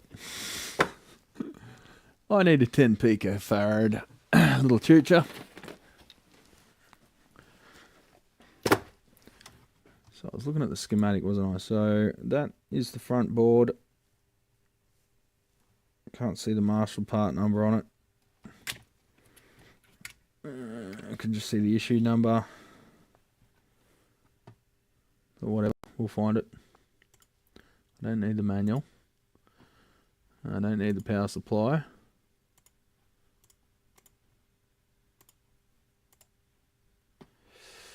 Don't need the valve board. Don't need the power amp board.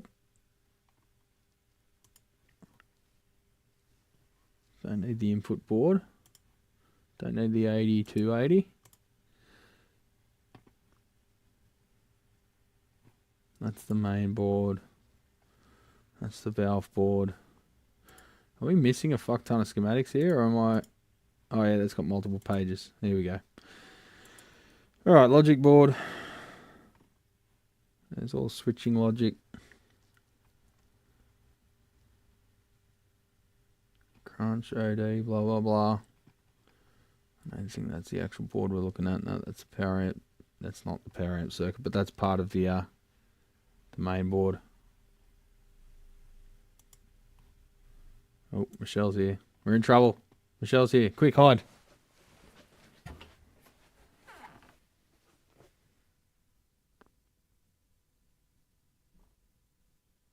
She's coming in.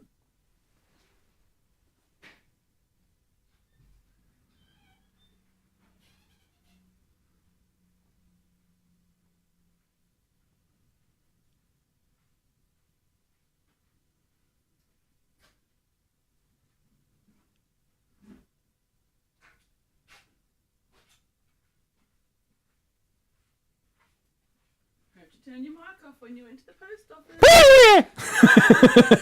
Look at him drop your fucking coffee. Would have been all over that, Marshall. Oh well. Yeah. There's already coffee all over it. Love you.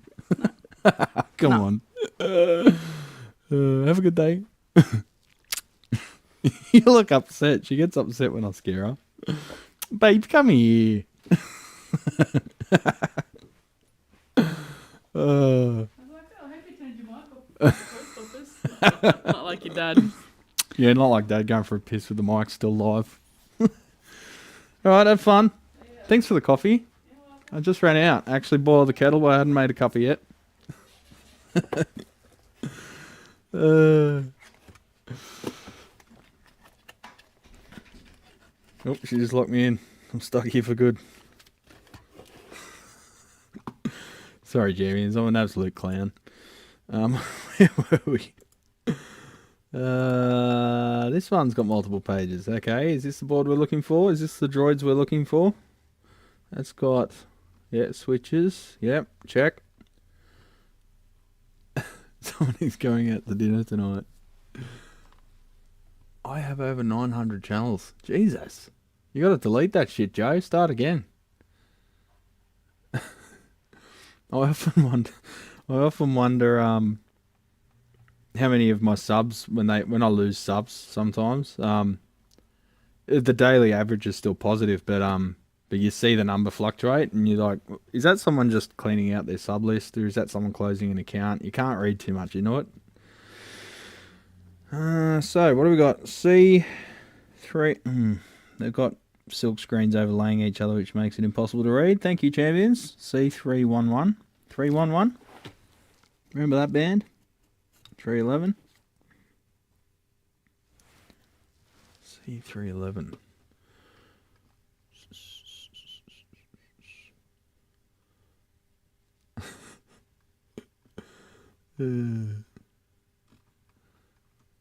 I don't know why she's never used to me scaring her. Eh? I get her every time. It's like, I think she'd be used to it now, and just like roll off like water off a duck's back, but it still gets her every time. She freaks out.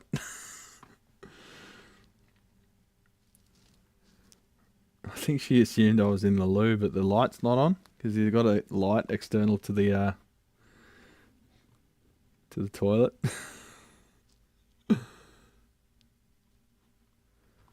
Where's C311 unless I'm reading it wrong?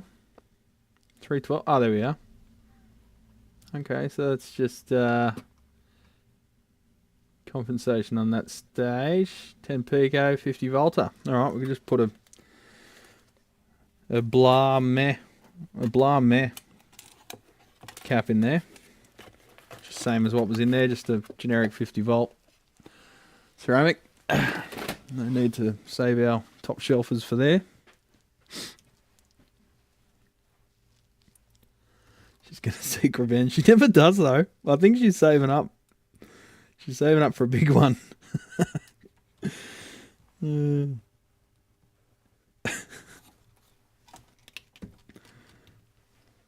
here. I'm here all week. Try the veal. I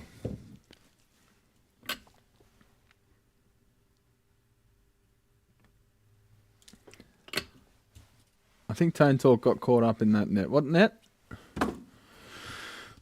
The net of subs.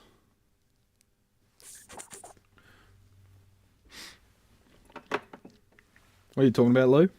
I missed that. I was too busy being a clown.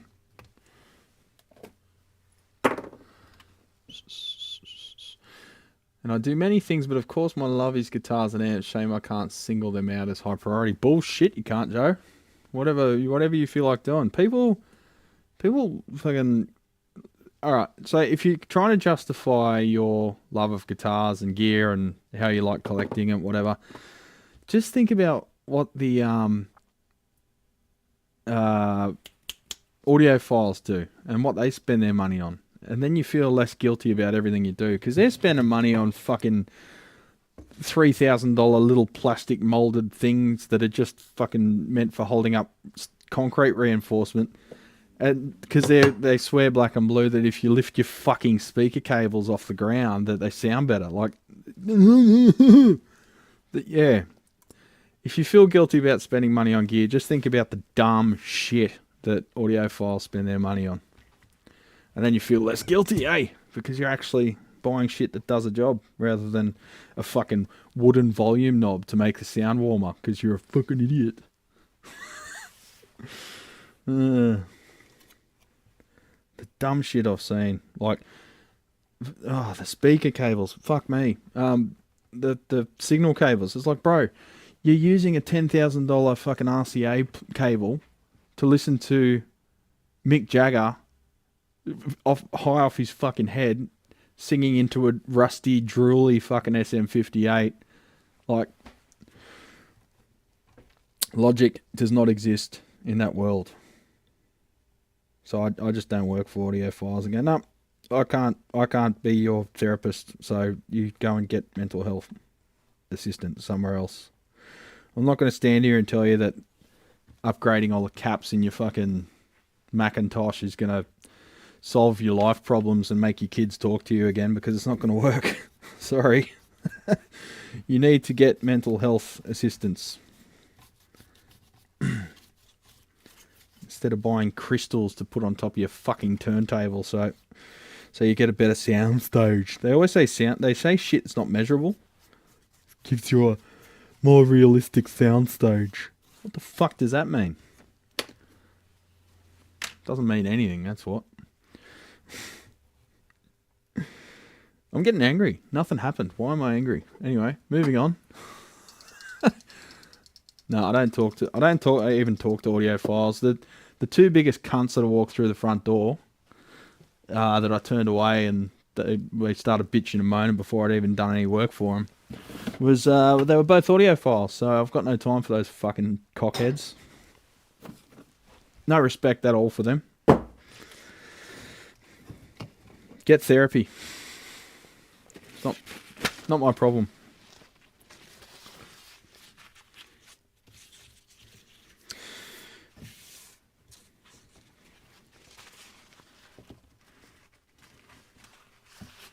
And if there's anyone here who's offended by that, good. Fuck off.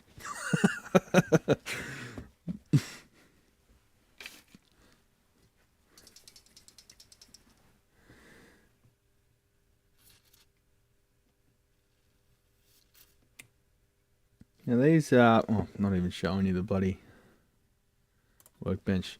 So these little PCB pots, they've got a focus, champion. They've got a little port that you can give it the old "how's your father" through, and get some lube into there. We're not flooding it. I'm just gonna get it. Oh, I'll say that and then I'll flood it. We're just gonna get a bit into the little ports there and work it back and forth. Because every one of these I've had has had really scratchy pots, and this is half the battle once you've sorted the output stage. Or you got the board out, because it's got those shitty aluminium standoff sort of expandy pluggy things. That's the technical terminology, of course. So you only want to cycle them a certain amount of times before they just stop working. They stop being a rivet and they start being just a useless piece of metal.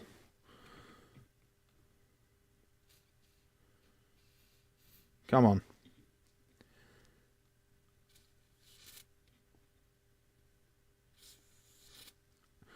So we've got half an hour and then we're going to switch over to Davo, or Tone Talk, Dave and Mark. We'll give them the good intro. We'll give them the heave-ho.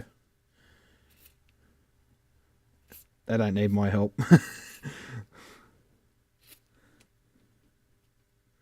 But, you know, it's nice for us all to brigade over there and say g'day.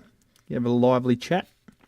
The problem is, champions, that they go live the second that I open the shop.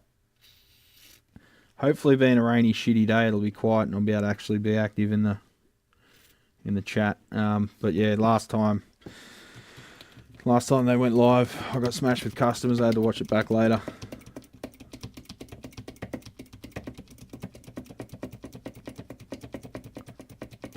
You lost your soundstage, Brad.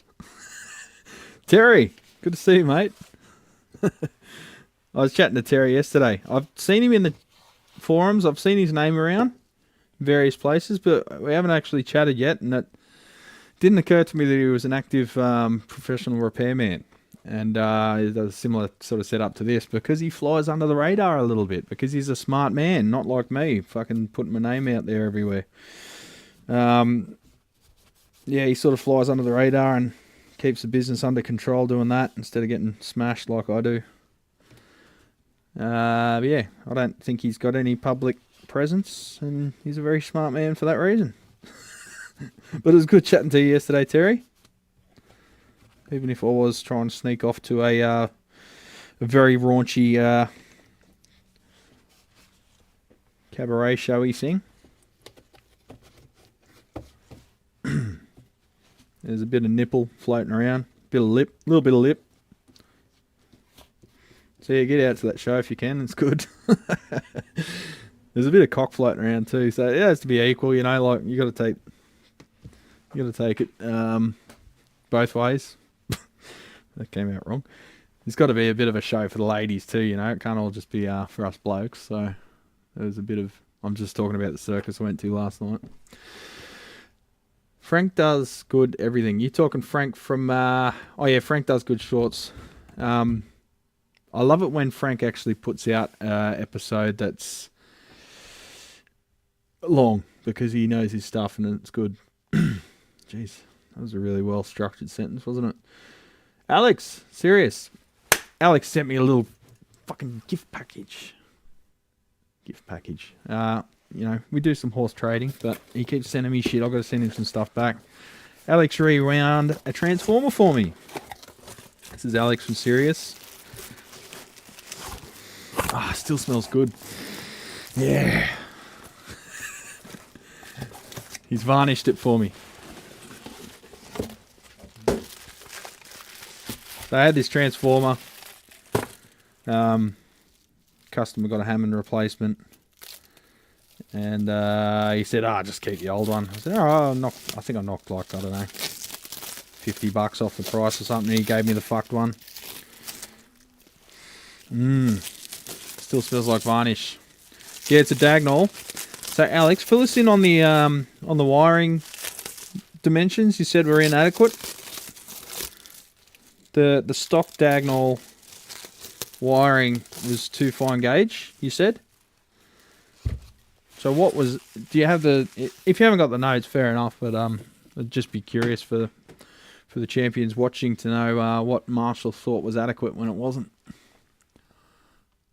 It's becoming a bit of a theme, I think. But yeah, this has been repacked and varnished and everything. So I might put that in a little 50 watt head. And I might do I've already got like a sort of JTM 45-y kind of thing in the works that's already, that's interesting. It's already got a diagonal on there, but it's the same model as this, I believe. So this is probably just as shit. So maybe I'll fuck this one off and put Alex's one on there. Oh no, that's a Drake. No, the Drake's probably fine. So I might leave the Drake on. I might set this aside for another project. I've got amp projects coming out my arsehole, champions. I've got to finish some. I've started fucking like 5 of them. I haven't finished any. That's like, I'm really of the school of thought that you got to fucking start. You got to start what you finish. You got to finish what you start, you know? So I'm going to have to get busy. Like I'm not already. Just shut up and do some fucking work, eh? Then it'll all be done and I'll be able to do my projects, my fun work. But we must worship diagonal, yeah. And I to Messatex. They told me it couldn't be done, but I grinned and went right to it, and I tackled the job that couldn't be done. By golly, I couldn't do it.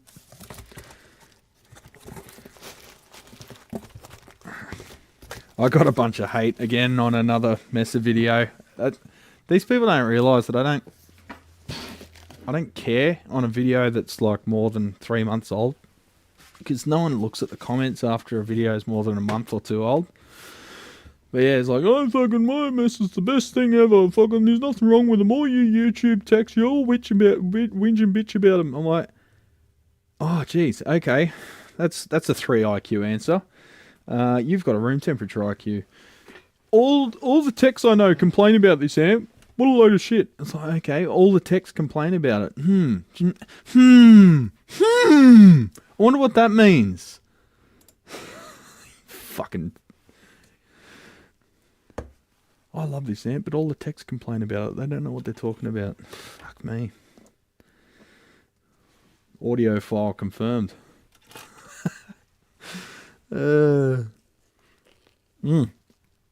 Coffee. Primary was 0.25 millimeter. Fucking hell, that's fine. What's that in AWG? Let's have a look. That's diameter, I assume. AWG versus metric diameter.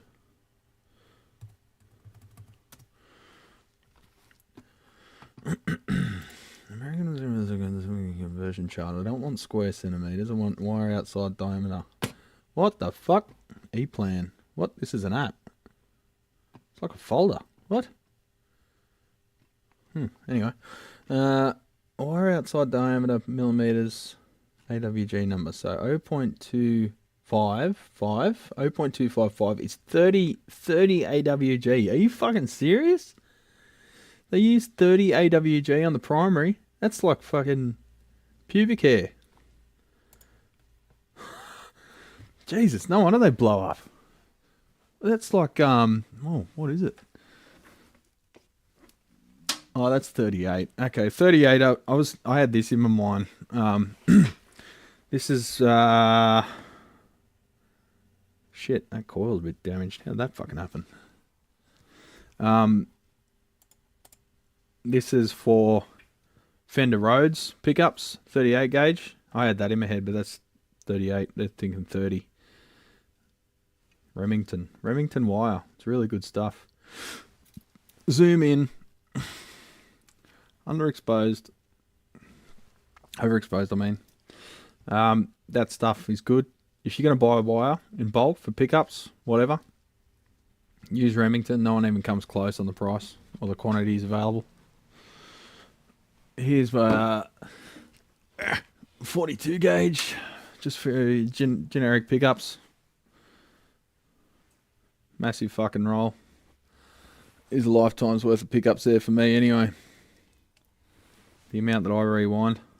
But that costs the same as about 2 or 3 rolls of the tiny shit that only does 2 or 3 pickups, so it makes sense. Buy in bulk, champions. Buy in bulk. Instead of buying it from Shatton.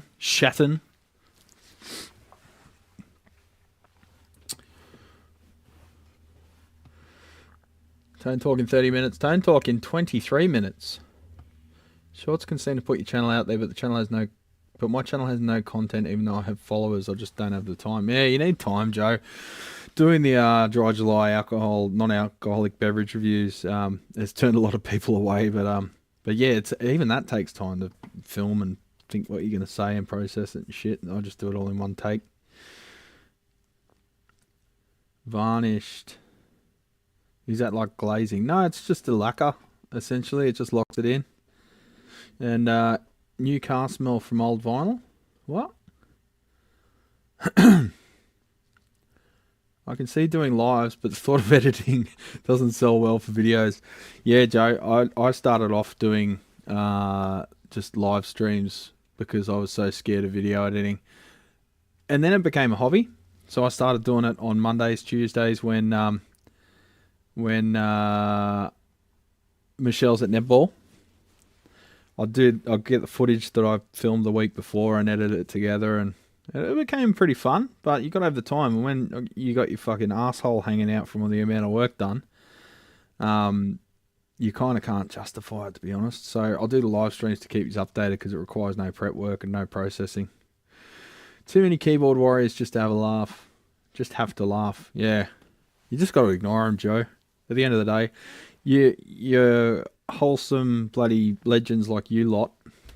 I've got 60 viewers right now, and you're all legends. You're going to come here and no matter what happens. So, the problem is that you think about the shit comments and you don't think about all the good comments. The shit comments reverberate in your head, and the good comments just fall out.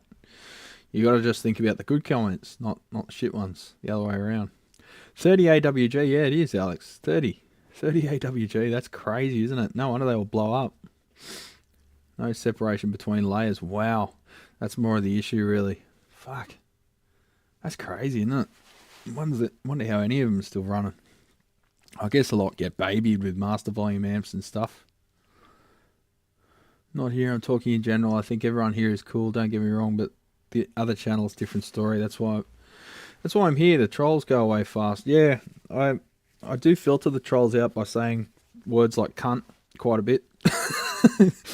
That tends to scare a lot of the very sensitive people off, which is great, because then people that are grown-ups can actually pass information remain, and the people that are just really immature, undeveloped people go away. It works out well. I look forward to this chat, most of all of them. I can't believe Diagonal with the cat whisker leads. Yeah. Recently picked up 60 kilograms of winding wire from a retiring tech. Just check, Terry, that the enamel is still good, because it can degrade over time. It can go very brittle. So get a bit and bend it real tightly, and the enamel can flake off And if that happens, well, you're kind of fucked unless you're just doing a... Well, I wouldn't want to use that at all, but if you fold it around a rectangular core, you'll find it'll crack off in the corners, so it makes it kind of useless, unfortunately. Remington has free shipping to me. Really, Ted? Yeah, Remington's the way to go. I really should telegraph this stuff a bit more to people that some of these suppliers people don't know about. The other really good thing Remington's got is sort of like starter kits for Teflon coated wire. You can get any of their wire. They've got good top coat wire too, which a lot of places don't have. Top coat wire's pre-tinned, like the old Fender stuff. But this stuff here, 22 AWG hookup wire, PTFE, rated at 600 volts, in various colours, in a little box there that comes in that box. 600 volts, yeah. And you can just pull it out, and it's silver plated, stranded wire, very good stuff. And you often look inside an amp, you see this stuff, and you go, oh, look at the thin wire, but you don't realise it's PTFE. Doesn't melt. You can wrap it around your soldering iron all day long, won't melt. Best thing about using this is rework is possible without melting the jacket. You can unsolder stuff and resolder it, and you don't melt half an inch of jacket when you do it. So it's good for old Voxes and stuff where you're restoring shit. It's really good shit. They've got so much range though. Pretty much everything that you need is there, wire-wise. They've even got things like aluminium profiles for making brackets and copper for bus bars and stuff. I think they service the electrical engineering industry quite a bit as well. Love what Alex does. Alex is a true... What would you call it? Custodian? No. I can't think of the word. Lyle! He's left us. Our English major. My personal thesaurus. No, not custodian. He's a true... Not patriot. Not Patreon. He's a fucking legend, is what I'm telling you. So yeah, Alex is going to be one of the stalwart? I don't know. I'm going to stop talking soon. 15 minutes to go. 17 minutes to go, sorry. What I'm saying is Alex does a lot of cool shit and helps out the locals, and even not locals, helps everyone out internationally. He's a proper legend. Connoisseur? Ah, he is still here. Ambassador. That's the word I was looking for, Eric. Thank you. Ah, you beat the English major. Master of none. Well, same here, buddy. Impressive that you rewind transformers, Alex. Is it difficult, time-consuming process? How did you learn? You've got the floor, Alex.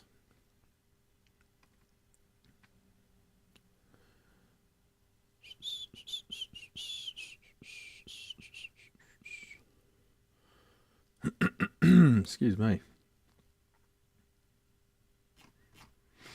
Vanguard. Oh yeah. I think that's journalism major, Eric. Are you a journalism major? Jesus, I'm so underrated for this channel. I was going off what you seem to be trying to say. Well, thank you, connoisseur. Yeah, that applies. Yeah.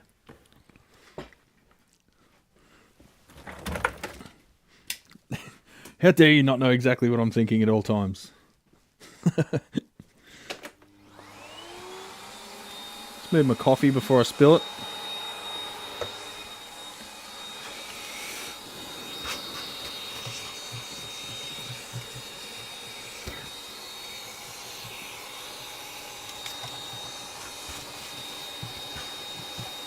These things get so dirty.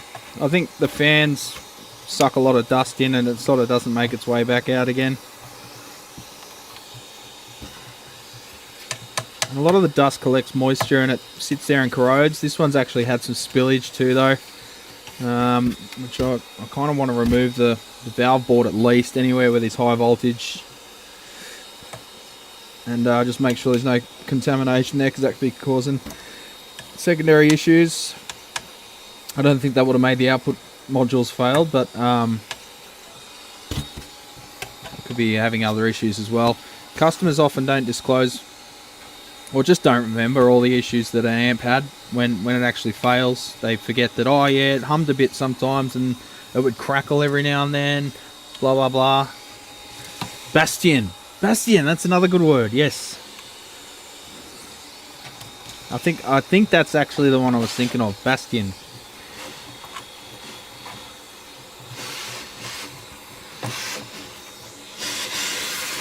He's a bastion of DIY. That's a NoFX lyric.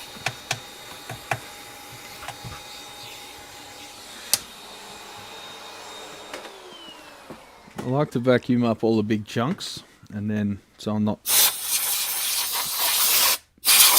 blasting dirt and shit into my whole workshop. Just get rid of the remaining schmoo with compressed air. I answered before, South Park answer. Renaissance Man, yeah, that's one, yeah. You guys are good. See you, Lou. We'll be heading over to Dave soon anyway. What do we got? 14 minutes. The heat is on.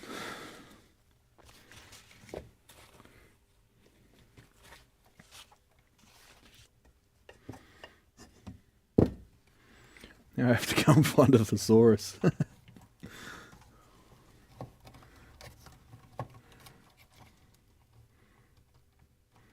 You're not going to find a thesaurus. Dinosaurs have been dead for years. Decades even.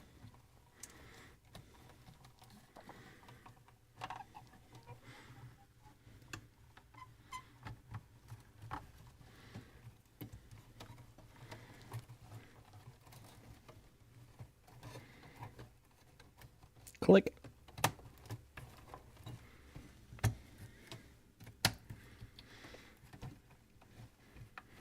Alright, on to the next board. I'll do one at a time so I don't have wires flying all over the joint. I really don't like these little standoffs. They're just not a positive way of fixing a board, in my humble opinion.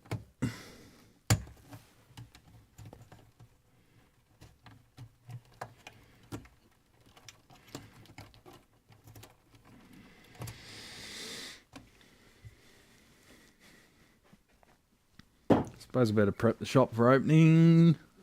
I guess. Is anyone going to come today? I hope not. No, I love customers. I also love getting work done.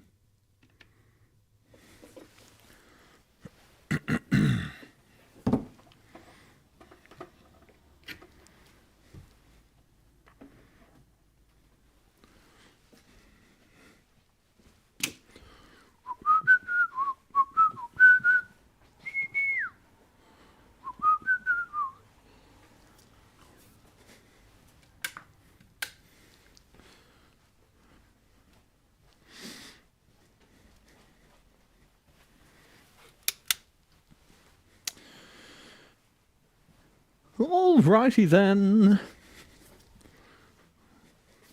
Won't turn the overhead lights on just yet because they make my chrome dome bloody glow in the dark. Did you did you watch Beverly Hills Cop recently? No. I don't think I want to watch the new one. It's just going to ruin it. This rebooting shit's got to stop. Fucking hell. Can't they just let a dead dog lie? I've got to dig it up and make another fucking couple of million on it.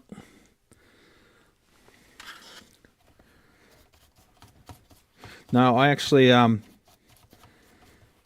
that song, I don't associate it with that movie because it was given to me on a cassette called 88 Hots Up by my grandmother. 88 Hots Up. On a cassette. 87 Hots Up. Oh, okay, must have been 87. 1987. Yeah, that's the one. And it had Top Gun on the front. Cookie settings. Fuck's sake, cookies. Fucking cookies! Arrgh! choices.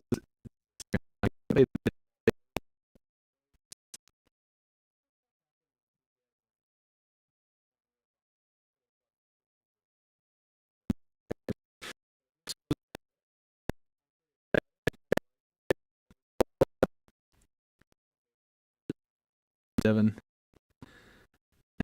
and the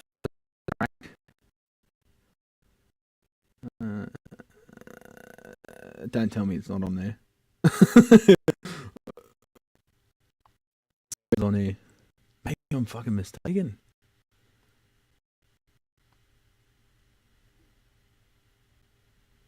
Noise works. Yes. First we take Manhattan. Oh man, that was a good song. That was a good version. That was off the Blue something Raincoat, which was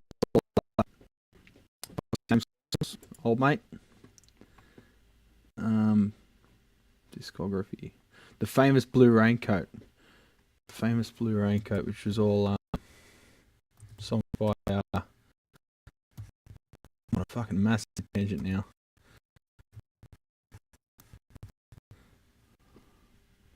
Famous Blue Leonard Cohen. So yeah, it was Jennifer Warren doing covers of all the Leonard Cohen songs. And First We Take Manhattan was a great song. I think that had Stevie Ray Vaughan on the lead guitar, actually, from memory. Huh. Okay, so I'm remembering incorrectly, but anyway, this one was a big cassette for me when it was the only cassette I owned as a 6-year-old. No, 5-year-old, I think, when I got it. Hoodoo Gurus. I didn't know it had the Hoodoo Gurus on it. Shit. Aussie band. Roger Waters. Whitney Houston. Metal as anything. Yeah, quite a few Aussie bands. Farty Boys. Hey, I don't know what I'm remembering now. I thought that was the one, but anyway. Oh, I'm completely on a tangent now then. Wild Horses on there too, yeah. That's the song, oh hang on, Wild Horses, was it? Wild horses couldn't drag me away from you.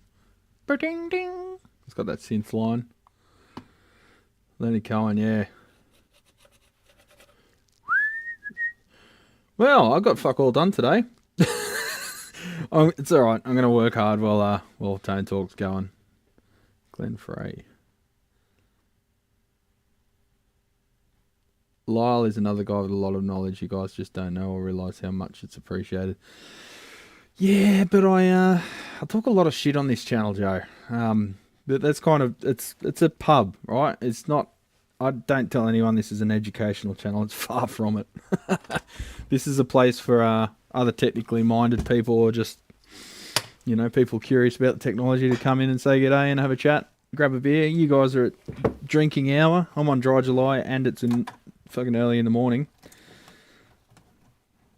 I've been thinking about doing a night or afternoon stream, but all the states is going to be asleep. I'll catch the UK, I think. I remember when we did the Vivid live walk around Sydney, which worked surprisingly well, and I haven't been able to get a live remote video stream happening ever since with any stability. I noticed all the UK guys were there, so I'd have to check what time the UK is when we're like 8, 9 p.m. and have a bloody pub or whiskey stream or something. That's what we should do, actually. We should do a stream where I just save all the stupid comments as screenshots and just the rude fuckwits, and we eviscerate them on a whiskey powered live stream. How's that sound? That sounds good, eh? Might make it members only because we'll probably say a lot of swear words. Not that that's ever stopped me before, but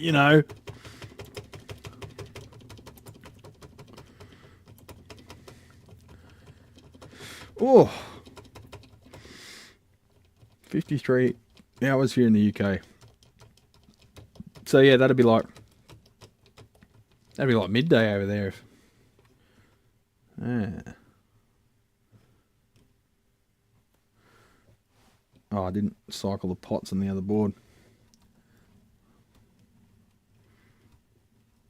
Here's me just tweaking nipples over here. Don't mind me. It's just after that show last night. Got a taste for it. Focus, dickhead. Thank you. Just tweaking the nipples. Thanks, guys. I try to be of use. I don't. Home truths with Brad. No, there's no truths. It's just opinion. There's no truth here. There's no truth anywhere. It's just opinion.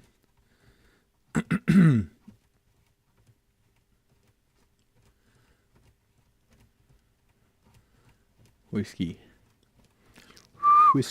I did email the Whiskey Club. I left the Whiskey Club because the way the Whiskey Club works is they opt you in automatically every month for whatever whiskey, and they charge you from your credit card or PayPal account whatever the whiskey's worth plus $15 shipping. And it was like $150 a bottle plus $15 shipping. And if you don't remember to go on and opt out, they just send it to you and charge you. To me, that's a little bit fucking rude. You should have to opt in, but I guess that's their model. They're relying on people forgetting to opt out, and it's hard to be angry when you've got a beautiful single malt on the way. But they were starting to take the piss on some pricing, so I left them. But I sent him an email and said, guys, he didn't know that I've left, I don't think. Have you got any of that Westwood rum cask left? Like, any chance of that coming back anytime soon? If not, he goes, oh, it's pretty slim, but they've got the new musket cask. I'm like, ugh, I don't know if it's got the same character. But anyway, I'm going to order a bottle of the just generic Westwood rum cask, not the special Whiskey Club edition, and we'll see what that's like.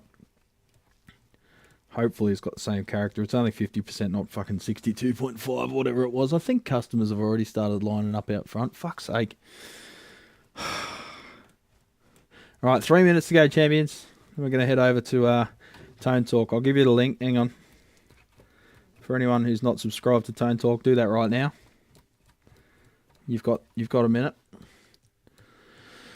Isn't that most companies' model? Yeah, pretty much. There we go. Punish Dave with questions. Yes, we will. Share. Copy link. Copy that. Paste. I'll see he's over there. Still got 2 minutes left. I just made a fry coating for pork chops, flour, salt, pepper, cayenne, garlic powder, mustard powder. That is truth. Bam. Yeah, that sounds like pretty close to the base I use for that kind of gear. I had to laugh a little bit. I got a sachet of Memphis seasoning for just like chicken wings and stuff. I thought, I wonder what Lyle thinks of this. He's Memphis. He's real Memphis. I bet he'd see the ingredients and go, no. I don't know. I might send him a link and say, is this any good? One more beer while I watch Tone Talk, then straight to bed.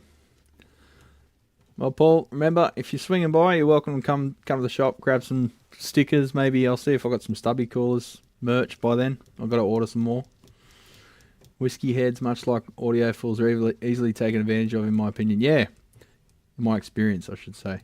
Yeah, they are. I'll rarely pay more than $150 for a bottle of whiskey, and up to that price, the difference is palpable. Anything above that, it's fucking massive wank factor. The difference between a $60, $70 bottle of whiskey and a $120 bottle of whiskey is the massivest difference. And then above there, it's pretty much not a thing. It's just wank factor. We can ask you about bloomin' onions. I don't know where the fuck that came from. I've never seen them until I went to a US-owned steakhouse here in Penrith, which sucks. The Outback Steakhouse. It's a shit place. It's like a just shit place. And they're the only ones that do it. So I think they've convinced the world that it's an Australian thing, where it's nothing to do with Australia. Anyway, we've got to go, champions. So I'll see you over at Tone Talk right now. Take it easy, and I'll see you next weekend. And considering that's the first weekend after Dry July, I might be a little hungover, so let's start that one at 7. Anyway, take it easy, legends. See you over at Tone Talk. And yes, Synergy mustards, I don't know. I don't use them. I use the Mallory 150s. Last question there, Jimmy Mac. You just made it before the cut-off line. See you at Tone Talk Legends. Here's the link again.